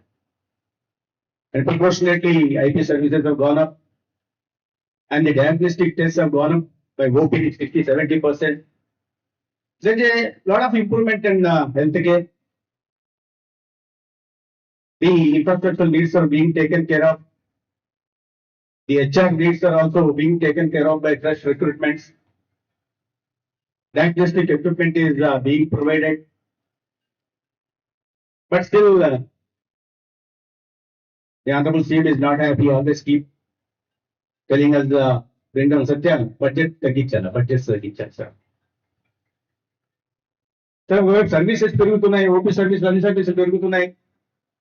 The more, the better services you provide in health facilities, the OP services and other service footfall is tend to go up. It is being it's going up, but he wants us to bring down the budget package. Added to that, recently has taken up a population management, also increased the present TFR to 1.5 to 2.1, increase the population of Andhra Pradesh. The more population means the more budget. मनुष्य ఎంత పెరిగితే అంత పిండి పెరగాల. जितना आदमी उतना आटा आटा बढ़ना चाहिए. लेकिन सीएम साहब कहते रहते आटा कम करो, बजट कम करो. कैसा करना है, क्या करना है? Then he comes up with idea again. You pose any question, he is ready with the solution. Then he said, go for AI, integration of AI. That's how all this, like Shivkumarji was explaining how it began, how it started 2 years ago. That's how that led to this medtech innovation challenge. Almost 297, we have just seen 297 applications and rigorous evaluation procedure by the Committee on Applied Technologies, the members being from IDA, Chennai, ICMR, and other subject expertise. Rigorous evaluation, finally, 18 solutions have been identified and taken on a pilot basis in 14 districts and 40 health facilities, not confining to only primary health. It was done in healthcare, in secondary and also tertiary, not confining to only urban areas. It was done on rural areas also, not confining to only cities or somewhere. It is done in tribal areas and also interior places, areas of villages of coastal and Rayalaseema district. This pilot has been done and we have seen the tangible outcomes of. We are just seeing respiratory screening, cardiac screening, cervical cancer screening, and diabetic complications management tools, and AI ophthalmic AI. Many such tools, 18 tools have identified and they have proven that we have seen the tangible outcome. Now we are going to scale up to the entire state, and it is I really compliment the team for organizing such a beautiful event today and the appreciating the winners and also giving them rewards as awards. Some monetary reward is also being given, I am told. This is the thing. Then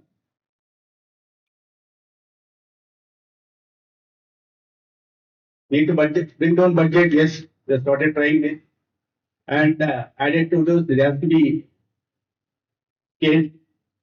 And apart from this, the CM has come up with citizen-centric healthcare solutions, Sanjeevani, a digital platform called Sanjeevani, with the collaboration of Tata MD and also Gates Foundation. A place where you provide citizen-centric healthcare. We're just talking about we have improved services, we have achieved this. But if someone asks me, okay, are you happy with the performance in the last 2 years? I would say definitely no. Of course, we have come a long way because we inherited a healthcare system, a destructive healthcare system. I don't want to go into politics, but everything was destroyed. The tsunami normally, it was like a tsunami. Tsunami normally comes for few hours, but unfortunately, this state has seen a tsunami that lasted for 5 years between 2019 and 24 that destroyed everything. Now it is like a rebuilding everything after a tsunami that is being done, but with the integration of AI and being with a limited financial constraints, with a limited resources. Now with the integration of AI, with the help of AI tools, we are trying to build the India now. That the medtech challenge is also supporting the four pillars that we are focusing on presently. That is on maternity health and child health and primary health and communicable diseases, non-communicable diseases. Non-communicable diseases are posing a biggest challenge these days. Earlier it used to be communicable diseases. Now it's non-communicable diseases.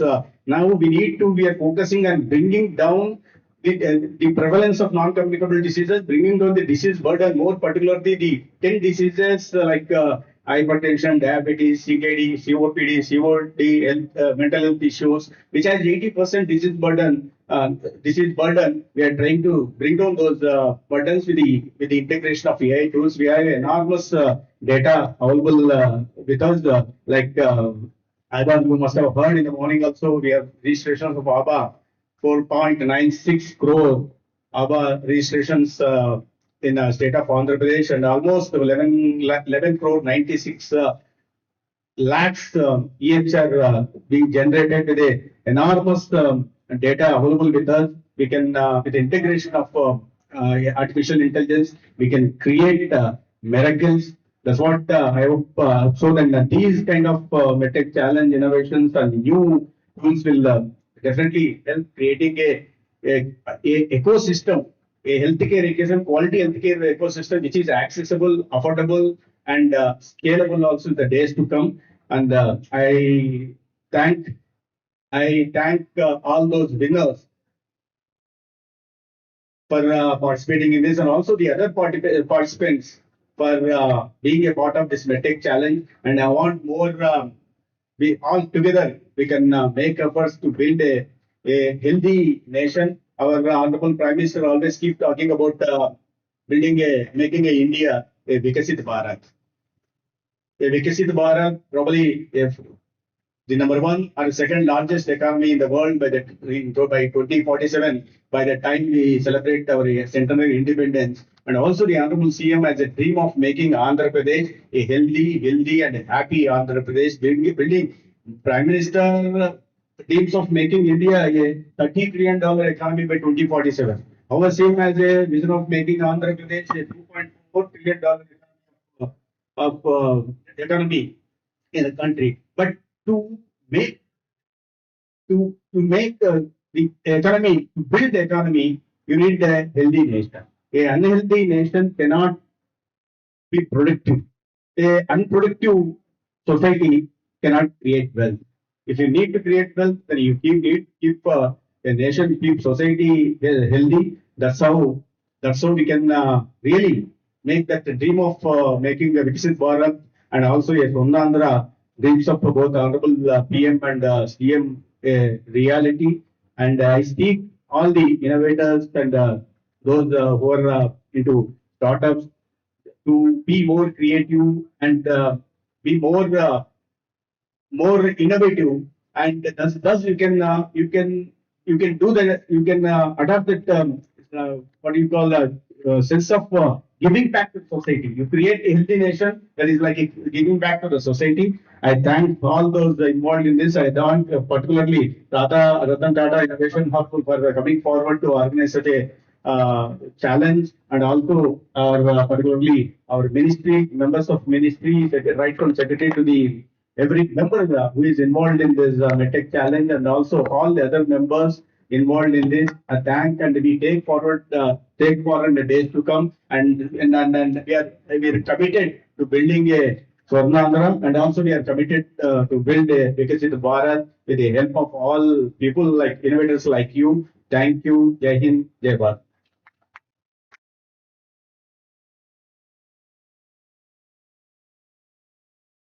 Thank you, sir, for such a wonderful summary of the whole process, as well as setting the timeline for future implementation of all scalable challenges, whatever we have selected finally through this MedTech challenge.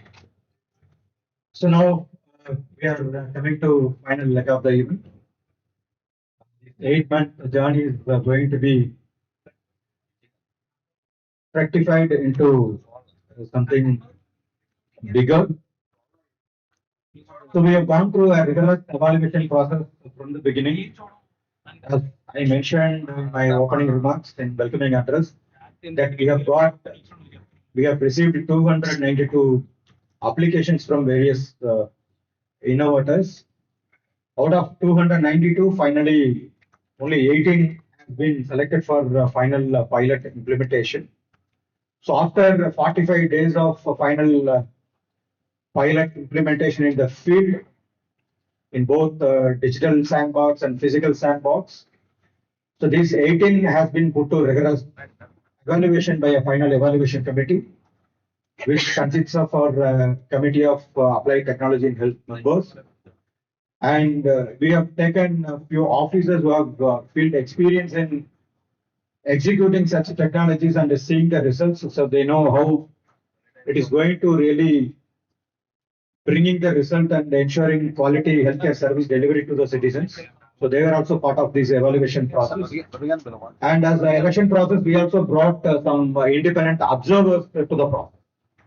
It is not just decided by only CAT members and officials.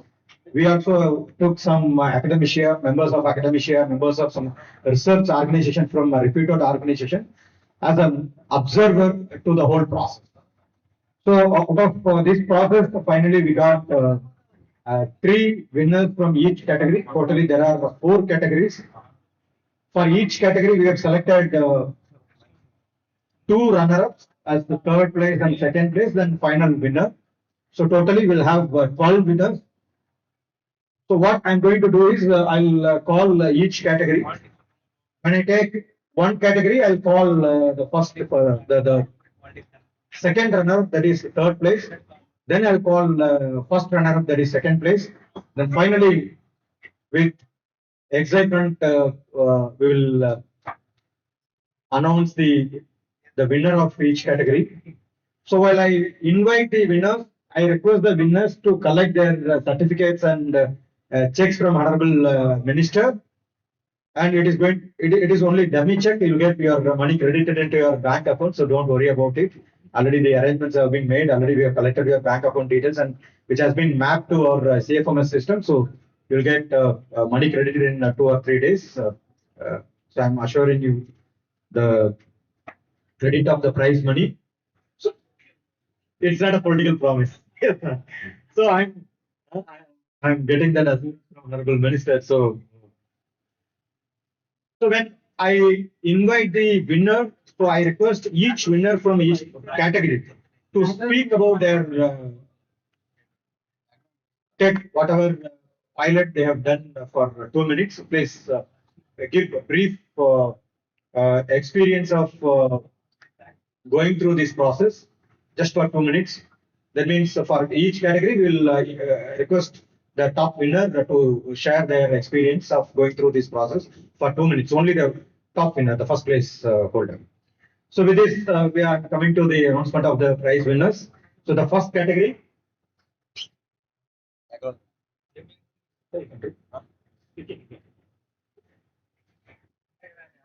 So the first, there are four categories. The first category is category 1, AI powered diagnostic tools. Second category is category B, portable point of care testing. Category C, third category is smart monitoring and wearables. The last category, category D, is remote care and telemedicine. So these are the four categories under which we have selected these 18 finalists. So for each category, I'll just read out the winners. So I request each winner please come forward quickly. I think all 18 people are here nearby. So please try to come through faster and collect the prizes from Honorable Health Minister. So I request Honorable Health Minister to hand over the prizes. So the first category, AI-powered diagnostic tools.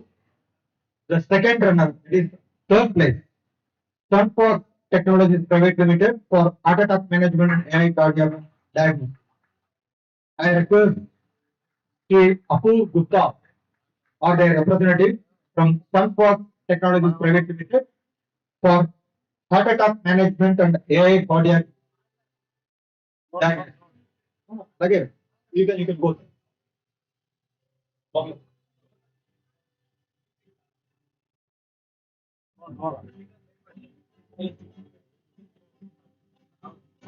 So we congratulate Sunforce Technologies Private Limited for getting third place in AI-powered diagnostic tool. So I request Honorable Health Minister to hand over the prize check as well as the participation certificate. So I request other dignitaries on the dais to join Honorable Health Minister to hand over the prizes.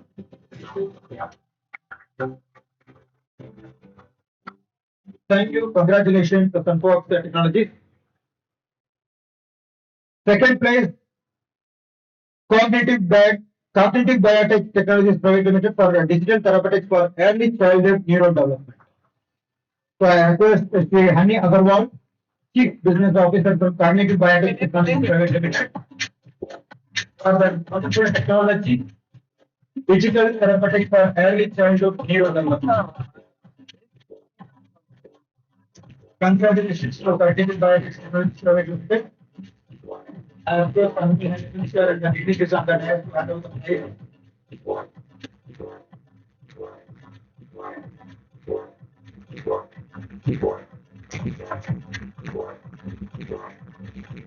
So the category of diagnostic tools, the first prize goes to Transit Technologies for their excellent initiative of Plaza AI.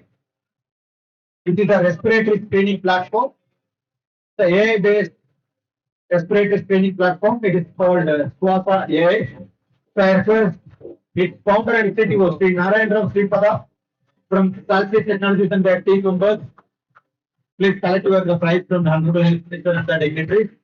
I congratulate Salsys Technologies and their team for getting first prize in category AI for diagnostic tools. The second category, portable point of care testing. The third place goes to Stakeholder Technologies Private Limited for early detection of anemia, leukemia using AI 100. I request Dr. Leela Manohar Reddy from Stakeholder Technologies Private Limited for collecting the prizes and certificate from Honorable Health Minister and the dignitaries on the dais. So I congratulate Stakeholder Technologies Private Limited for early detection of anemia and leukemia using AI 100. The second place goes to clinical technology. The second place goes to clinical technology for Smart 4 CX for cervical cancer clinic. I invite the team members and representatives from clinical technology for collecting the prizes from Honorable Health Minister and the dignitaries. Congratulations to clinical technology. Sri Kedar Sunil Harigomkar and team from clinical technology are collecting the prize from the Health Minister. Congratulations to the team.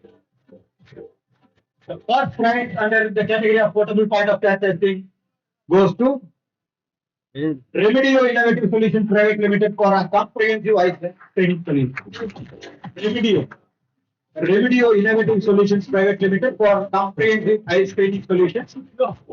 I invite Sri Anand Sivaraman, Chief Executive Officer of Remedio Innovative Solutions for comprehensive eye training solutions. So they are collecting the prize money from Honorable Health Minister. The first prize is 5 lakh rupees, second prize is 3 lakh rupees, and third prize is 2 lakh rupees. Totally 10 lakh rupees for each category. And coming to third category, smart monitoring and wearables. The third place goes to Cardiomecare Plus Health Solutions Private Limited for Ally Clinical Decision Support System. So I requested Ms. Deepiksha Mishra. Deepchika Mishra. Mr. Deepchika Mishra, Program Lead for Cardiomecare Plus Health Solutions Private Limited. Mr. Bharat. Okay. Name given by your company. Okay. I congratulate Dr. Bharat for collecting prize money and certificate from Honorable Health Minister for Allied Clinical Decision Support System. I request all the participants to give a big round of applause. We should congratulate each and every winner. The second place goes to InAxle Technologies for SANS, an infrastructure independent neonatal respiratory support device for hospital and transport use. InAxle Technologies. I think Sri Nitesh Kumar Jenge, the founder of the technology, is here. We congratulate Nitesh Kumar Jenge. Please clap. We should give a big round of applause for the winners. We should motivate them, we should congratulate them, we should appreciate them. So your class is going to really motivate them to innovate further. The first prize under category of smart monitoring wearables goes to Care NX Innovation Private Limited. Care NX Innovation Private Limited for improving neonatal outcomes with AI and digital fetal monitoring with time. I request Sri Sachin Tarashar, the Vice President of Care NX Innovation Private Limited, is collecting the prize money I'm submitting it to Honorable Health Minister and the dignitaries. I request all the participants, please motivate them, congratulate them, appreciate them by putting your hands together, please. Motivate each and every one of the winners.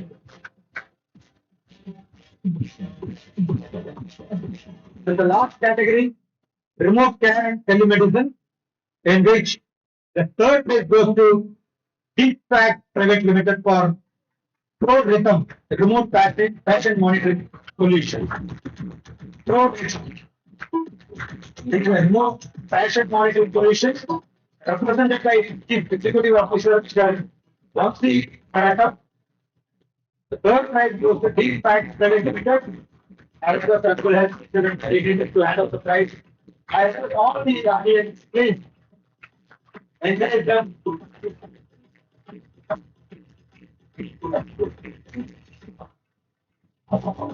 Thank you, Mr. Vamsi and the team Deep Fact. The second plus goes to Viva Met Data Private Limited. Viva Met Data Private Limited for CPA. It's an integrated AI-enabled cervical cancer screening.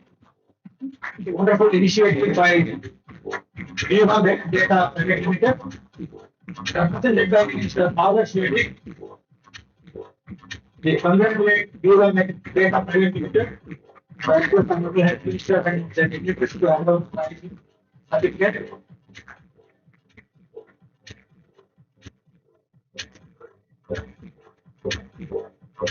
First place goes to the last category. The first place goes to Rejuven Medicare India Private Limited for empowering healthcare at any point of time.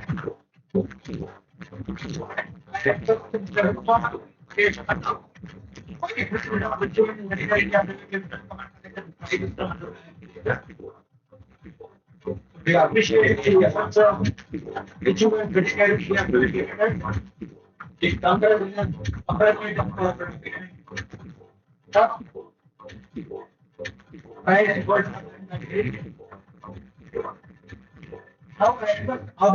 other participants, we would like to hand over the certificate of participation to the participants.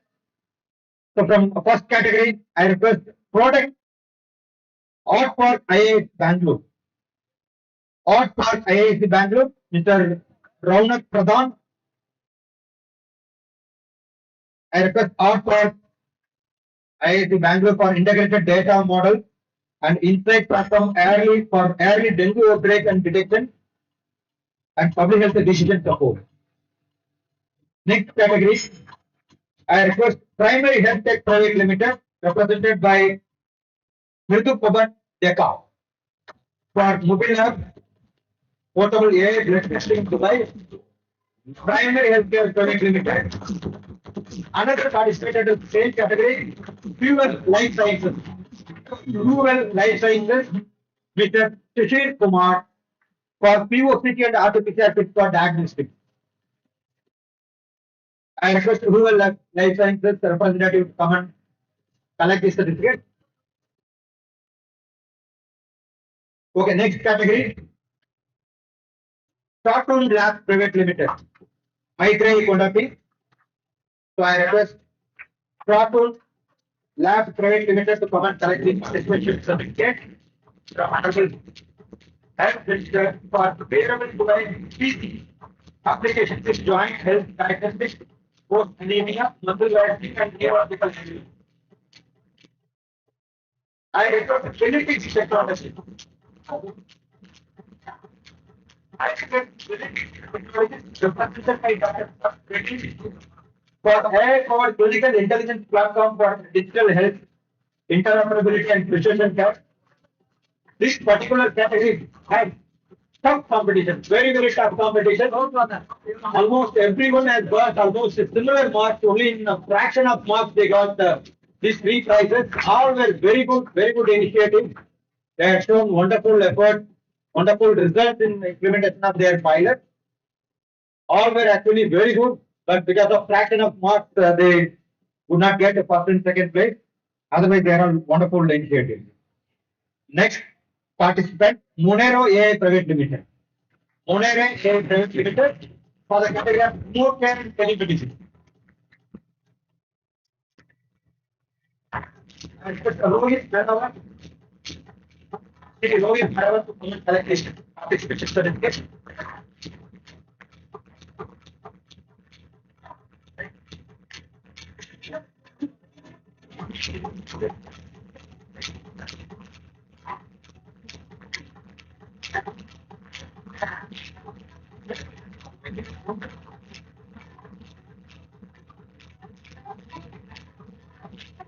Sir, I request you to occupy the seat, sir. So now I request the top winners to come and share your experiences.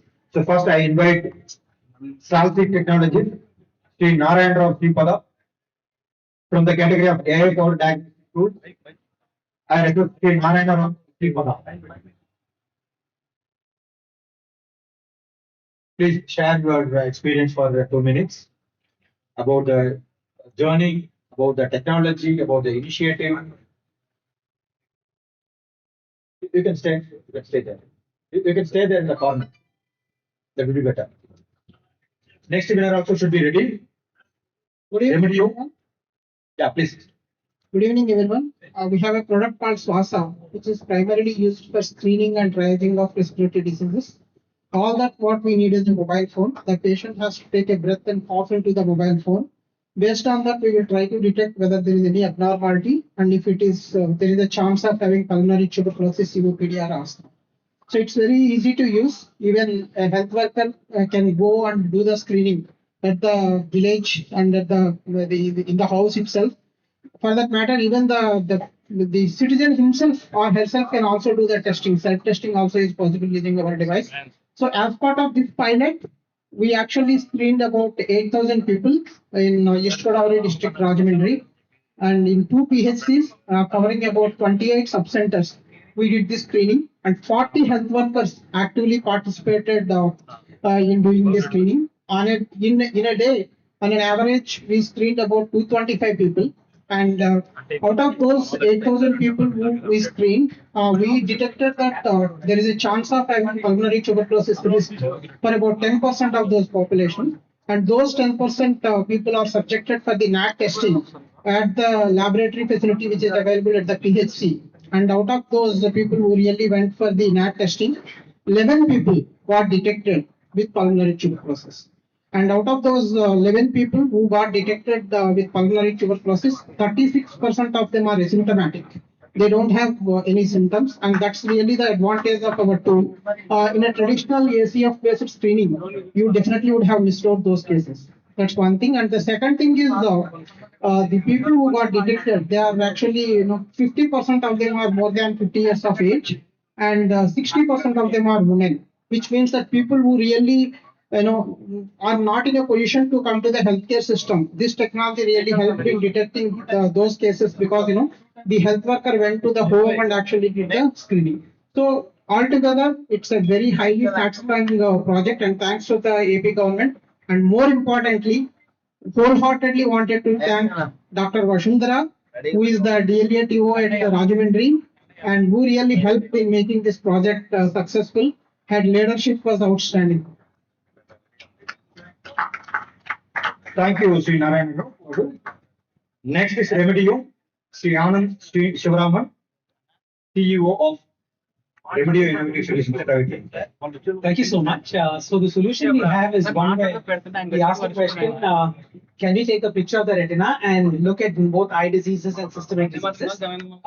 As part of the pilot, we actually ran a session where we had health workers that were screening for all diseases of the eye, including cataract, refractive error, retinal diseases, as well as looking at whether we could identify those with diabetes that have complications due to diabetes, like diabetic retinopathy. What was really nice was the enthusiasm with which the health workers received the pilot and were able to use the devices. And I think what is nice in this framework is for the first time we have a case where it's a structured process where the AP government has been able to identify technologies, go through a pilot, and actually be the first users of the technology. I believe that in public health, government being the first customers is a big lift for all of us as innovators. And I sincerely thank the initiative as well as the vision behind this. Looking forward to seeing how we are able to add to the 16 million that we've impacted so far. We have a target of getting to 50 million in the next 4 years and looking forward to that. Thank you, Shri Anand. So this was in Guntur with Dr. Banishri as nodal officer and Dr. Rambabu with at Guntur Medical College. I request Care and Next Innovations Private Limited representative, Sri Sachin Parashar. First of all, thank you so much, CAT committee, Saurabh Gaur sir, Veer Pandian sir, and Honorable Minister Satyakumar Yadav sir, and whole AP government for taking out this rigorous pilot training. We have developed a maternal and fetal healthcare product through which almost 50% of the fetus which die because of the asphyxia or preterm, we try to address that. And the pilot was done at KGH Hospital, Visakhapatnam, and Victoria Hospital, Visakhapatnam, where Dr. Usha Prasad ma'am, Vijaya Lakshmi ma'am, and whole team, they supported this. Basically, if you see in government hospital, they don't accept the new products or the new systems easily. The best of the products can die because of the non-acceptability. But this time, this was the way around. They accepted the thing, and the total of 15,000 what the patients being done through this. 10% have been done by our device at these two hospitals. And one more most important announcement, what I want to do from Care and Exhibition is that whatever prize you have won, out of that 3 lakhs rupees, I want to give as a aid to the whatever the authorities they say, whether it is RTI or the startup innovation, or we'll be taking the account and we'll give back the aid. Thank you so much. Thank you. Thank you, Sri Sachin Parashar ji. Next is Rejuven Medicare India Private Limited, Sri Uma Mahesh Pata. Good evening, everyone. This is Balaji, sir. I'm founder and CEO of Rejuven Medicare India Private Limited. And so we did our pilot. First of all, thank you, everyone. Thank you, sir, for your cooperation, and the delegates on the dais and off the dais. Thank you so much for giving us this opportunity. So we did our pilot in Government General Hospital, Kurnool, and we tested about 375 patients at the hospital facility, and we found 80% are negative and the 20% are positive heart failure. So the device we invented is, we call it as a cardiosleep, and it can identify any problems with the arrhythmia and heart failure, and also any valvular diseases on the spot within 30 seconds with instant reports. So, so with this technology, we got a sensitivity of 93.36 and a specificity of 92.21 at GGH Kurnool. And that's about the technology, sir. And we thank you, everyone. And we thank you, GGH Kurnool, Dr. Venkateswar Lugaru, our superintendent, and also Dr. Prashant and Dr. Ravikiran at this point of time. Thank you so much, sir. Thank you, Shri Balaji. So this MedTech challenge is not just going to end with this prize distribution. After evaluation of their background, our state government has already declared a policy that if they are startups, so they will get 1 crore work order directly without going through any procurement process. So we have to check the background of these top winners. So if they are registered startup as per Government of India norms, then they'll get 1 crore work order directly from our state government. So that is a wonderful thing. Honorable Chief Minister has announced part of state government policy. So now we are coming to our tradition of thanking each and every person who have made this program grand success. So we will start from Honorable Health Minister for taking out his time and consent to be chief guest of this valedictory program. So I request our Secretary Sir to honor Honorable Minister. Sir has been mentor and guide for the entire department. So it's not just about tech challenge or about the workshop. He is the Right.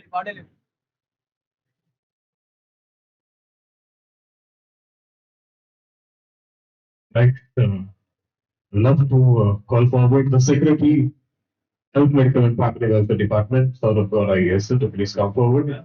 We request Honorable Health Minister to kindly consider and honor the Secretary of Health, Medical and Family Welfare Department. Now I request Honorable Health Minister to consider Kiran Gopal Garu, MD, PDM. Kiran Gopal Garu. Now I request Honorable Health Minister to consider DSL, DSD and DPH. DSL Garu.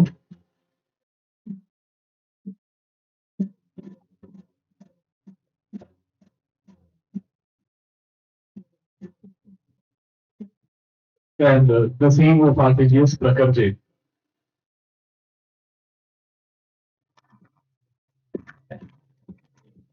And I invite the DSS Ram to please come forward. DSS Ram, please come forward.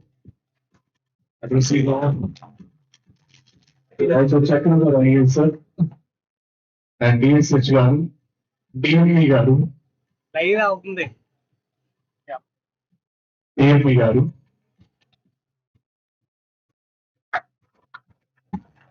and DPH Garu. And I invite Shiv Kumar Garu.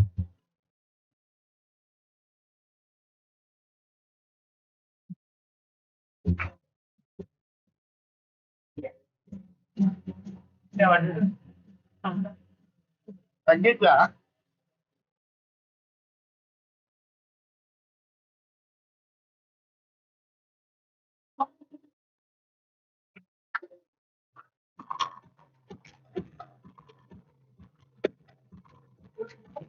Thank you, sir. Thank you so much. Now I will call upon the Commissioner of Health and Medical Welfare Department, Sri Virpata Nayosa, to kindly deliver the words of gratitude.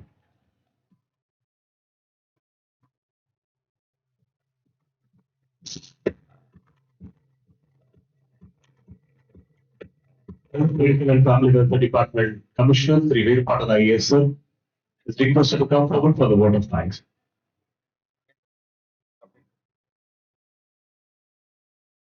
So I would like to extend my gratitude and thanks to Honorable Health Minister for consenting as the chief guest for this valedictory program. As I mentioned earlier, that SAR has been a guiding light and mentor for entire department throughout all the activities, not only just MedTech Challenge. So for all our activities in the department, he has been taking out time and he has been doing a lot of research apart from our regular official reports. So he comes up with his own ideas, proposals for the department to take forward.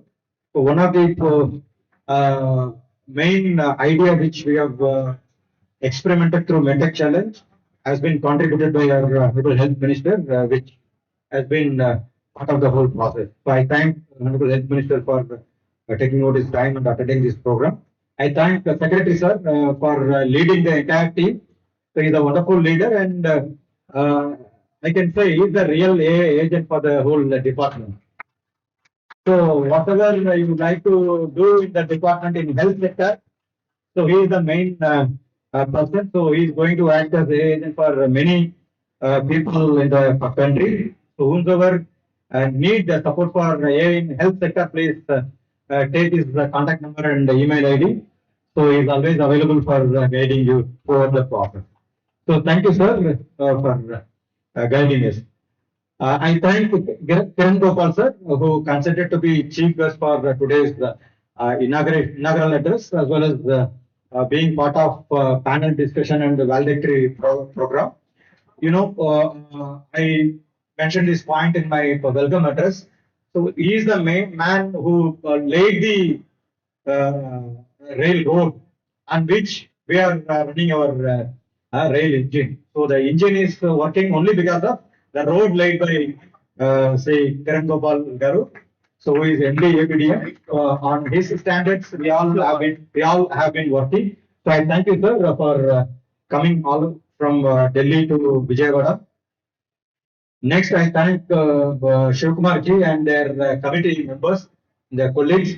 So I thank each and every one of you for guiding the department, taking part directly in the selection of all the finalists from the conception of this challenge, then designing this process, then supporting us throughout the journey from every stage, from the conception stage to final selection stage. So Shivakumar Garu is only one representative of the whole committee of applied technology in health.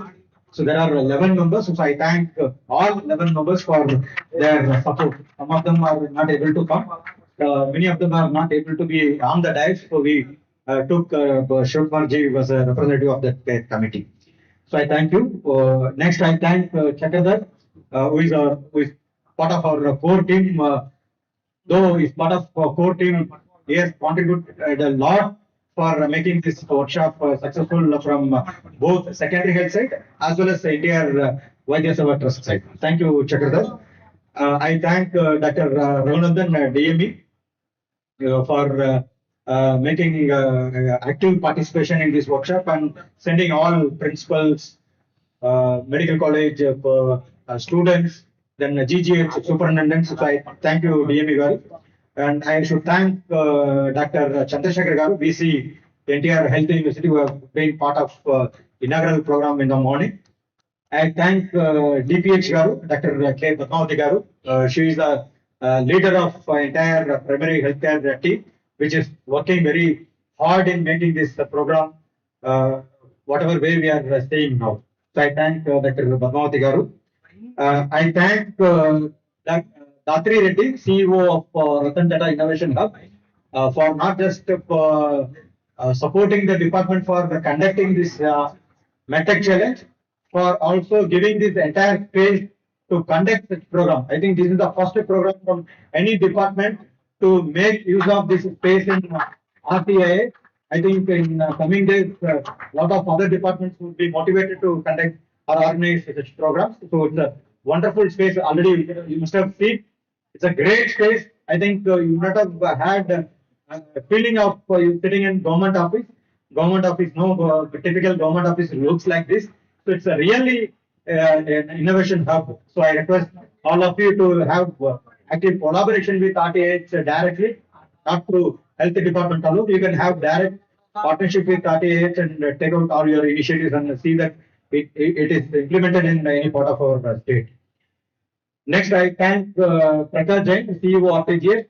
So he must have spent only 10 minutes or half an hour on the diet, but he is the man who is going to take all this experimentation to the field and giving continuous support. So he is the man who is going to take all burden and his shoulders to see its reality in the field.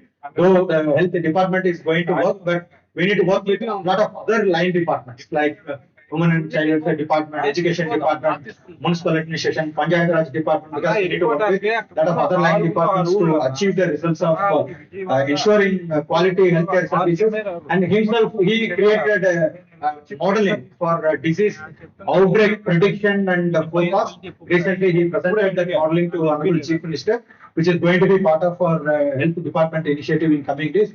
So I thank Prakhar for taking out your time and always being supportive to the department. Then I thank all guest speakers for all 7 sessions which we had from the beginning. And I thank all panelists who have participated in 2 panel discussions and moderators, our Secretary Sir and our Secretary.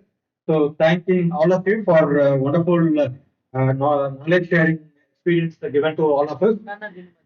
I thank all partners who have taken out their time to participate in this program from the morning. As our Secretary Sir was remarked in the morning, that bracing the weather hot weather of Vijayawada, I have been adjusting with all of us to make this program a grand success. So I thank all partners for participation. I thank all officials from state office as well as district offices.